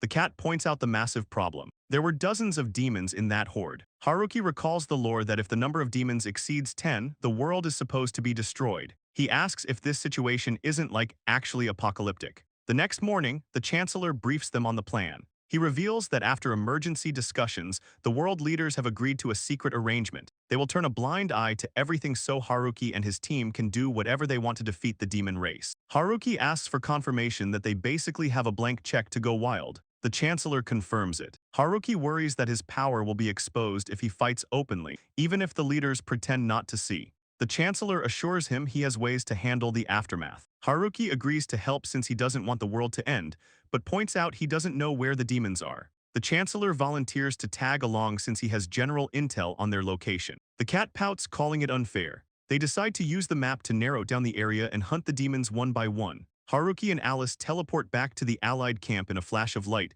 startling the nearby soldiers. The cat watches their arrival with interest. She wonders aloud if the slave girl has special powers too. She admits she doesn't know the details, but observing their dynamic, she notes that Alice actually seems to be the one in charge. She jokes to herself that it must be some kinky roleplay where the owner wants to be owned. Ignoring her commentary, Haruki simply says it's time to go check out the enemy. Meanwhile, deep in a cave system, the demon leadership is gathered. The blonde demon general sits on his throne, clutching his head in panic. He asks what is happening, confused because even though demons possess long-range telepathy, the signals from every scout he deployed are vanishing one after another. The blonde demon rants that everything was going perfectly until just a moment ago. He yells about how they had mastered human tactics and dealt a massive blow to the main human force yesterday without losing a single soldier. Suddenly, a voice cuts through his speech. Haruki, Alice, and the Catwoman teleport directly into the center of the demon conclave. Haruki looks around the room and casually remarks that he hit the jackpot this time. The demon general stares in shock. Haruki confirms that this is indeed the enemy's main force. The Catwoman, tagging along, comments that normally a reckless charge like this would be a total bust. Haruki doesn't waste time on conversation, stating he wants to get this over with quickly as he unleashes an attack. In a split second, a massive invisible slash tears through the cavern. The attack rips through armor and flesh alike, obliterating the lesser demons in the room while the blonde demon watches, frozen in terror. As the body of a demon flies through the air behind him, Haruki casually asks for the count. The Catwoman replies that by her count, that makes 2. The surviving blonde demon stammers, his mind racing in pure horror as he screams internally, unable to comprehend what kind of monsters just invaded his base. The last surviving blonde demon general is in a full panic. He scrambles across the rocky ground, screaming internally that he has to get away. He tells himself he can't afford to end up dying in a place like this. But he doesn't get far. A moment later, he lets out a confused sound as a massive invisible slash catches up to him. His body is cleaved diagonally in 2, ending the battle instantly. Back at the camp, the cat is absolutely losing her mind over the mission debrief. She demands to know what the heck is going on, screaming about the fact that there were nearly 30 demons in that cave. She asks what is wrong with the country's intelligence department to make such a massive error. Haruki stands next to her, calmly noting that reporting 7 targets when there were actually 30 is a pretty clear case of negligence. The commanding officer looks at them with a tired expression and simply tells them they did well. Later, as the group watches the Ordis Kingdom soldiers packing up to leave, Haruki notes that their commander definitely looks pissed off. The Catwoman remarks that the Ordis Kingdom is likely finished. Haruki asks if she really thinks it'll go that far, and she explains the brutal political reality. She says neglecting to gather intel on a demon race that could destroy the world is an inexcusable failure. Since other nations lost multiple special-grade assets because of this bad intel, their grudges run deep. She predicts that discussions on how to carve up Ordis have likely already begun behind the scenes. She adds that the Prime Minister might look angry on the outside, but inside he's probably ecstatic because Gardera now holds the most influence. Haruki laughs, telling her she's a natural at political maneuvering. Inside a grand palace hall, Chancellor Ororiver presides over a round table meeting with a smug expression. He declares that the matter is settled, enforcing the decision that Ortis will take full responsibility for the entire incident. As the representatives from other nations leave the room, they grit their teeth in frustration. One of them curses under his breath, realizing that in the end, Gardera was the only nation that walked away from this disaster with a profit. Meanwhile, intelligence officials from various nations are gathered to analyze the battle data. They are in varying states of disbelief, asking each other if the report can possibly be true. They struggle to comprehend that 32 demons were slain, noting that usually, a gathering of special classes would struggle to kill even one per day. They wonder if a single special grade could really possess such power, but after cross-referencing intelligence from every nation, they have to accept the report as fact. One official admits he used to think the idea of a single person destroying a nation was a joke, but now he knows better. They unanimously agree that hostility toward Gardera is no longer realistic. Instead, they decide to refrain from military intervention and show goodwill to secure Haruki's cooperation for future emergencies. Back in the capital, Haruki, the Catwoman, and Alice are walking through a courtyard. The Catwoman notes that while peace seems to have returned, there is one major concern remaining. Haruki throws his hands up sarcastically, cheering that the world is at peace and everyone lived happily ever after. The Catwoman ignores his tone and explains the real issue. The fact that his leash has been cut is being viewed as a problem by the higher-ups.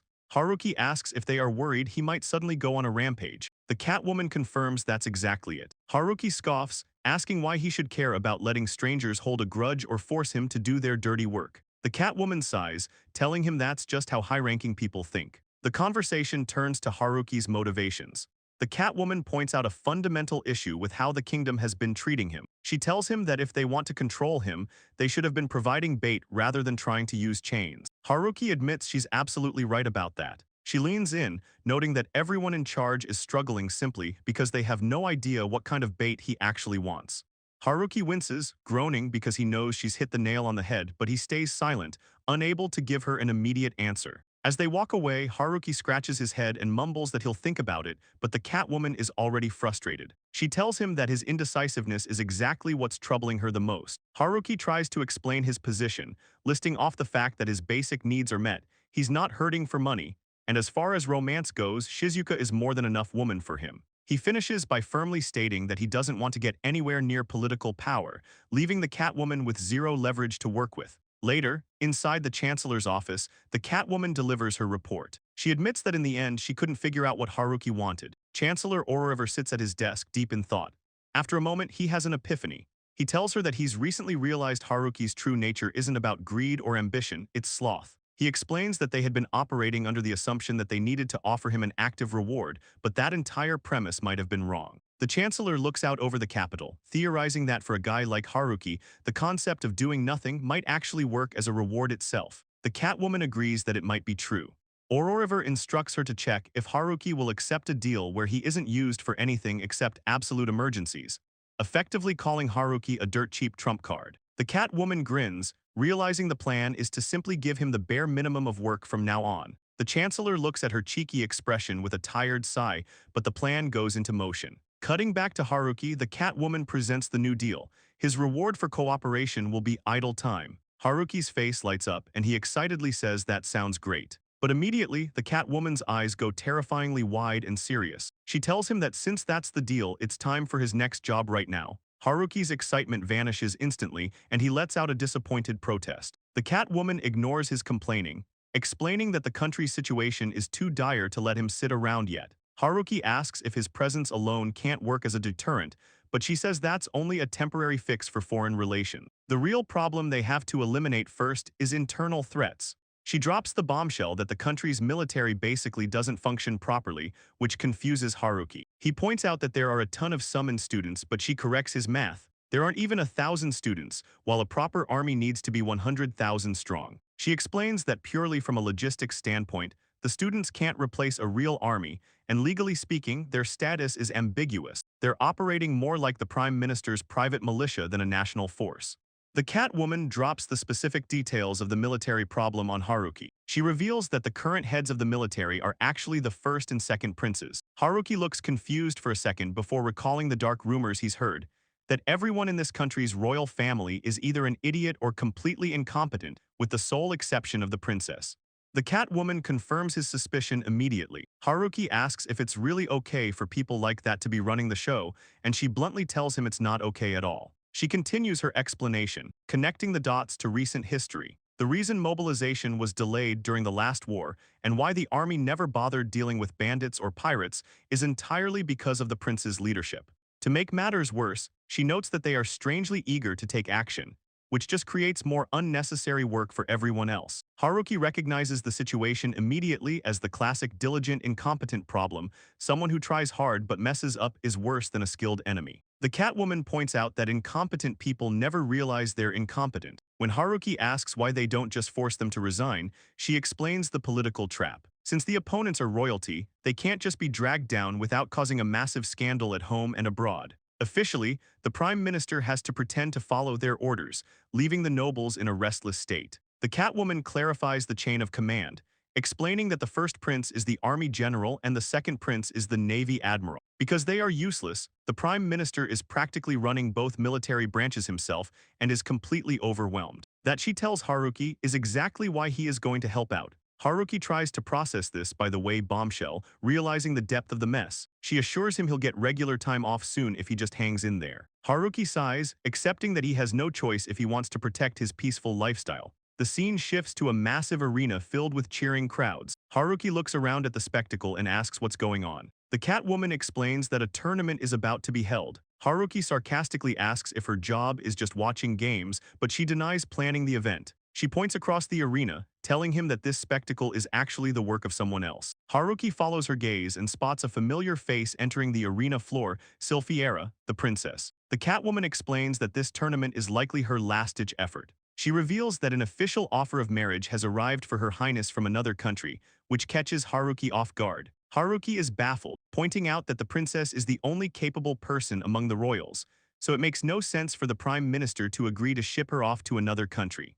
The Catwoman agrees, noting that the Prime Minister considers Silphiera one of the few comrades with the will to rebuild the nation and would never want to let her go. However, the marriage proposal has been on the table for a long time, and the Prime Minister has only been able to dodge the issue. She explains that the princess has been frantically searching for a marriage partner within the country, someone influential enough to nullify the foreign proposal. Hearing this, Haruki puts the pieces together, realizing that her previous attempts to get close to him weren't just random teasing. She was scouting him as a potential husband to save herself from political exile. Haruki can't believe what he's hearing. While he and the others were busy subjugating demons, the royals pushed these political talks through all at once. He asks if that isn't a rule violation, since diplomacy and scheming are supposed to be frozen during a demon crisis. The Catwoman corrects him, explaining that because it's technically labeled an alliance, it doesn't count as a scheme. The Prime Minister was furious, but his hands were tied. She adds that the king's incompetence has finally exploded, mostly because he still refuses to view Haruki as a high-level strategic asset.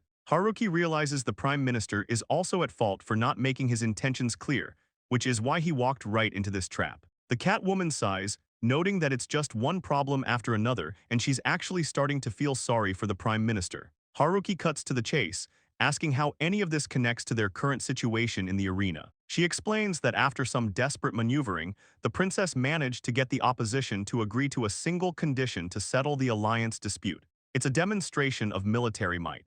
They have to emerge victorious in a 5-on-5 elimination tournament. Haruki looks skeptical, but the Catwoman explains that this tournament is the absolute limit of the princess's political power. The opposition has naturally gathered their own special grade fighters, but the princess lacks the authority to officially deploy Gardera's special grades for her own gain. Haruki squints, finally seeing the shape of her vague little scheme. He realizes she's banking on some super strong guy just happening to show up and help on his own accord, scattering the enemies without ever officially being asked to do so. The Catwoman smiles, appreciating his keen insight. Haruki realizes the enemy is the same country that set the pirates on them before. He's annoyed that from now on, he's expected to read the room and act based on the princess and Prime Minister's unspoken wishes. The Catwoman confirms the opponent is indeed the Kingdom of Stalliana. Haruki calls it shameless for Gardera to even consider teaming up with a nation like that. The Catwoman agrees, noting that no one wants this alliance except the king, but unless someone saves the princess, the marriage is going to happen. Haruki groans, asking for the details again. Haruki mutters that if the princess had just asked him honestly, that would be one thing. But he asks the Catwoman if she really expects him to lift a finger for someone who won't show even a shred of sincerity. She tries to smooth things over, explaining that when people get into high positions, they physically lose the ability to bow their heads honestly. She then drops the hammer. The prospective husband is the third Prince of Stalliana, a man famous for being crude and slovenly. She lays the guilt on thick, telling Haruki that given that country's reputation, there is absolutely no decent life waiting for the princess if she goes. Haruki grimaces, telling her not to phrase it like that. A heavy gate grinds open, signaling the beginning of the event. The crowd roars as the combatants walk out onto the arena floor. The Catwoman announces that it's starting. She looks over at Haruki and quietly asks if she can count on him this time too.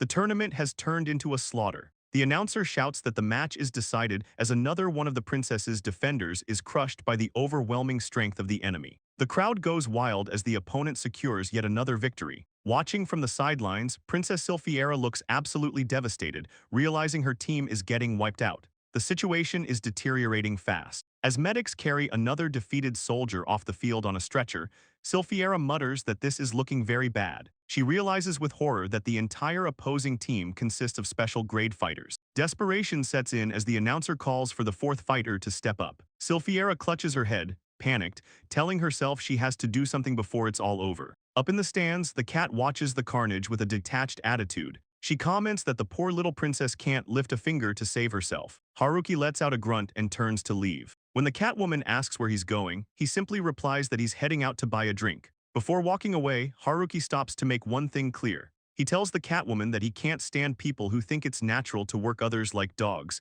and he emphasizes that applies to the princess and the prime minister too. He tells her not to forget that. However, he softens his tone slightly, admitting that he figured even someone like the princess deserves one last chance when her back is against the wall. The Catwoman blushes slightly at his words, noting that he's surprisingly decent after all. Back in the arena, the violence continues unabated. Another match ends instantly with the announcer declaring the winner as a spearman stands over his defeated foe. The announcer immediately calls for the next fighter to step forward. Unable to watch her team get dismantled any further without a plan, Sylphiera stammers for a moment before shouting at the top of her lungs, demanding a break in the proceedings. Having apparently secured a brief recess, Sylphiera stumbles down a stone hallway, looking completely exhausted. She mutters to herself that the situation might be hopeless. Her mind starts spiraling into panic, drifting toward the terrifying reality of the forced marriage and even wondering if they should just keep running away. She quickly shakes her head, yelling at herself to stop thinking like that. She tries to refocus on finding a way to break through the crisis, even though her thoughts keep wandering in weird directions. Haruki silently approaches Sylphiera while she's lost in her panic. She senses someone behind her and jumps, spinning around in shock only to realize who it is. She shouts his name, looking completely caught off guard. Haruki just stands there casually and asks if she needs something. Sylphiera immediately gets defensive, demanding to know what he wants. Haruki tells her that if she's been watching the match, she already knows the situation. The realization hits her hard. He knows her team is getting destroyed. Her mind starts racing, thinking it's pointless to ask for help since he's already spoken to the Catwoman and hasn't stepped in yet. She assumes the worst, telling him that if he's here, he must know the story, and his inaction implies he's refusing to help. The princess tries to form a sentence but just ends up stammering, overwhelmed by the pressure. She can't get the words out. Seeing her hesitate, Haruki turns his back and starts walking away, telling her he's leaving if she's done. Panic seizes her instantly. She reaches out desperately, stumbling over her words and pleading for him to wait. Abandoning all her royal pride, Sylphiera throws herself onto the stone floor. She screams for help at the top of her lungs, bowing her head low in a prostrate position. She begs him repeatedly, totally desperate. Tears stream down her face as she continues to plead, sobbing that she's begging him. Haruki doesn't immediately answer. He simply turns his back to her, standing in silence as she cries on the floor behind him. With his back still turned, Haruki recites a quote. To see what is right and not do it is a want of courage. Sylphiera looks up, confused by his sudden philosophical shift. Haruki explains himself, clarifying that anyone who sees the right thing to do and fails to act is just a coward. He admits he might not know exactly what righteousness is, but he knows cowardice when he sees it, implying he won't be one. Haruki looks down at the prostrating princess and finally gives her the answer she's desperate for. He tells her that he has certainly witnessed her righteousness. Sylphiera looks up, eyes wide and face flushing red, completely stunned that her desperate plea actually worked. Without wasting another second, Haruki turns his back and heads toward the arena tunnel. He throws a few parting words over his shoulder, telling her to leave the rest to him. As he walks off into the shadows, Sylphiera is left behind, clutching her hands to her chest. She lets out a heavy, love-struck sigh, muttering Lord Haruki with hearts practically floating around her head. But while Haruki looks cool on the outside walking away, inside his head, he's absolutely dying of cringe. He thinks to himself that crap, he's been way too influenced by Shizuka's ultimate collection of cool lines. He squeezes his eyes shut, thinking about how embarrassing that dramatic exit actually was. Meanwhile, the scene shifts to the arena, where the roar of the crowd is deafening. Haruki steps into the ring and immediately gets to work. With a single clean motion, he slashes through an armored gladiator, sending the opponent crashing to the ground. The announcer goes wild, shouting that the match is decided, and noting that this victory puts a stop to the enemy's streak of 3 consecutive wins against the Kingdom of Gardara. Back in the viewing area, Sylphiera watches Haruki's performance with a flushed face, murmuring about how lovely it is. The cat appears behind her, noting that it looks like the princess pulled it off well. Sylphiera admits that it's thanks to her advice. She reflects on her behavior, realizing it was the height of folly to expect results without showing sincerity. She tells the Catwoman that if she had just bowed her head and asked nicely from the start, she could have avoided all this trouble. The cat offers a bit of comfort, suggesting that maybe it was because of all that hard work and struggle that she got these results in the end. Sylphiera quietly agrees that might be the case. Down in the arena, the challenges are escalating quickly. Haruki now stands facing a massive mechanical giant that towers over him. In the arena, the announcer shouts that the challenger has already taken down 4 of the Galtara Kingdom's best warriors. Up in the stands, the cat observes the carnage, noting that Haruki is absolutely terrible at holding back. Even using the back of his blade, he's leaving his opponents beyond recovery. Sylphiera, however, ignores the brutality completely. She just stares at Haruki with hearts in her eyes, swooning over how wonderful he is. The Catwoman looks at the love-struck princess and sighs, wondering what on earth Haruki did to make her fall this hard. She thinks to herself that the princess is pretty brave for trying to date the owner of such a monster, all while complaining internally about getting dragged into this mess. The announcer calls for the 5th fighter from the Kingdom of Stariana to step forward. An armored knight obeys the command, moving toward Haruki. But before the match can even start, a deep voice growls from behind the knight, demanding he get out of the way. In a split second, a massive fist crashes down, smashing the armored knight into the ground from behind with a sickening crunch. Haruki watches calmly as the dust settles. Standing over the crushed body of the Stariana knight is a towering, bald giant who just took out his own teammate to get into the ring. Up in the stands, Sylphiera goes pale, stammering in shock as she recognizes the massive figure. The giant is identified as Gaze's cruiser, the superior class weapon of the Staliana Kingdom. He looks absolutely deranged, with veins popping across his face. The narration explains that while superiors are usually kept top secret, this guy is known as the problem child of Staliana because his violence and savagery are impossible to hide. Sylphiera, terrified, asks why someone like him is even here. The cat drops a heavy truth bomb on the princess. She reveals that while the official story was a simple pairing, the 3rd Prince of Stariana actually demanded Sylphiera specifically, which explains why they sent their heavy hitter. Sylphiera asks if she's joking, looking horrified. In the stands, the crowd begins to panic, screaming that Lord Haruki is in danger against such a beast. But down in the ring, Haruki remains unfazed. He tells the worrying crowd to relax, coolly stating that they should just leave the monster business to the monsters. Despite Haruki's confidence, Sylphiera is still freaking out. She yells that the opponent is a superclass 2, meaning this isn't a normal fight. However, the cat cuts through the panic with a sharp observation. Their superclass Haruki is in a league of his own. The stage is set for a clash between monsters. Watching the battle unfold, the cat reassures the worried princess that things will probably be fine. She notes casually that the monsters she personally knows are on a completely different level compared to this fight. Sylphiera, however, ignores the commentary and calls out to Lord Haruki as the 2 powerful combatants clash. Gazes launches a devastating punch, the impact tearing through the air. The cat points out the action, telling the princess to look. But Sylphiera is barely watching the tactics. She just swoons over Master Haruki, completely captivated by him regardless of the danger. The dust settles, revealing the outcome of the exchange. Haruki stands perfectly still, his blade drawn. A distance away, Gazes' massive arm hits the floor with a thud. The giant looks down, realizing his forearm has been completely severed, leaving a spurting stump. Sylphiera gasps in disbelief as the giant picks up his severed limb and jams it back onto the stump, where it instantly reattaches. The cat isn't as surprised, figuring that a superclass enemy would naturally have some tricks like that up his sleeve. Haruki watches the regeneration with a troubled look. He mutters to himself, wondering what to do now that simple cuts aren't working. He realizes this fight won't end easily if the enemy can just heal instantly, admitting that this situation isn't good. Haruki decides he has to escalate things. Addressing the giant, he says that since Gezas has committed plenty of evil deeds, he'd better prepare himself for what comes next. Haruki resigns himself to the fact that he has no choice but to use a more permanent solution. He focuses his mind, deciding to cut the limb in a way that makes reattachment impossible. To do this, he decides he won't target the physical bone or flesh. Instead, he targets something more fundamental to a human's existence, the vital organ known as the soul. Haruki swings his blade in a clean horizontal arc, intending to sever the source of the giant's life force. Gezas' eyes widen in shock as the attack connects, realizing too late that this isn't a normal sword strike. Haruki stands calmly over his defeated opponent, explaining the nature of his attack. He mentions that his authority lets him sense the outcome. Severing a soul at its source causes pain that goes beyond physical limits. He notes grimly that at best, Gezas will never recover, and at worst, the sheer agony will drive the giant insane. On the floor, Gezas writhes and screams in pure terror, completely broken by the soul-crushing strike. The announcer declares the match decided, sending the stadium crowd into a frenzy of cheers. Watching from the sidelines, the cat observes Haruki's cold demeanor, remarking that he committed such a terrifying act without a second thought, proving that a monster is still a monster. Haruki, however, looks at the carnage and simply says he's totally grossed out by the whole thing. Silphiera completely ignores the violence, blushing and swooning over how dreamy her hero looks.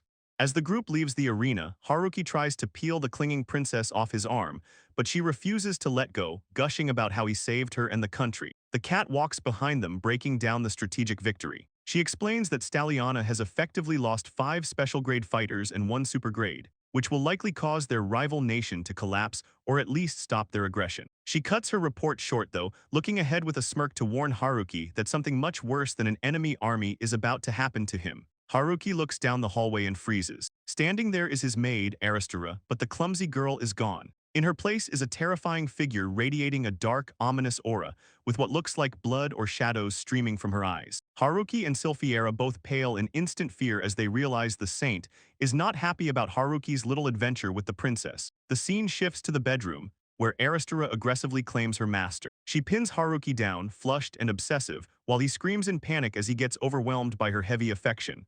Outside on the castle roof, the cat sits under the moonlight, listening to the screams and sarcastically commenting on how peaceful the night is.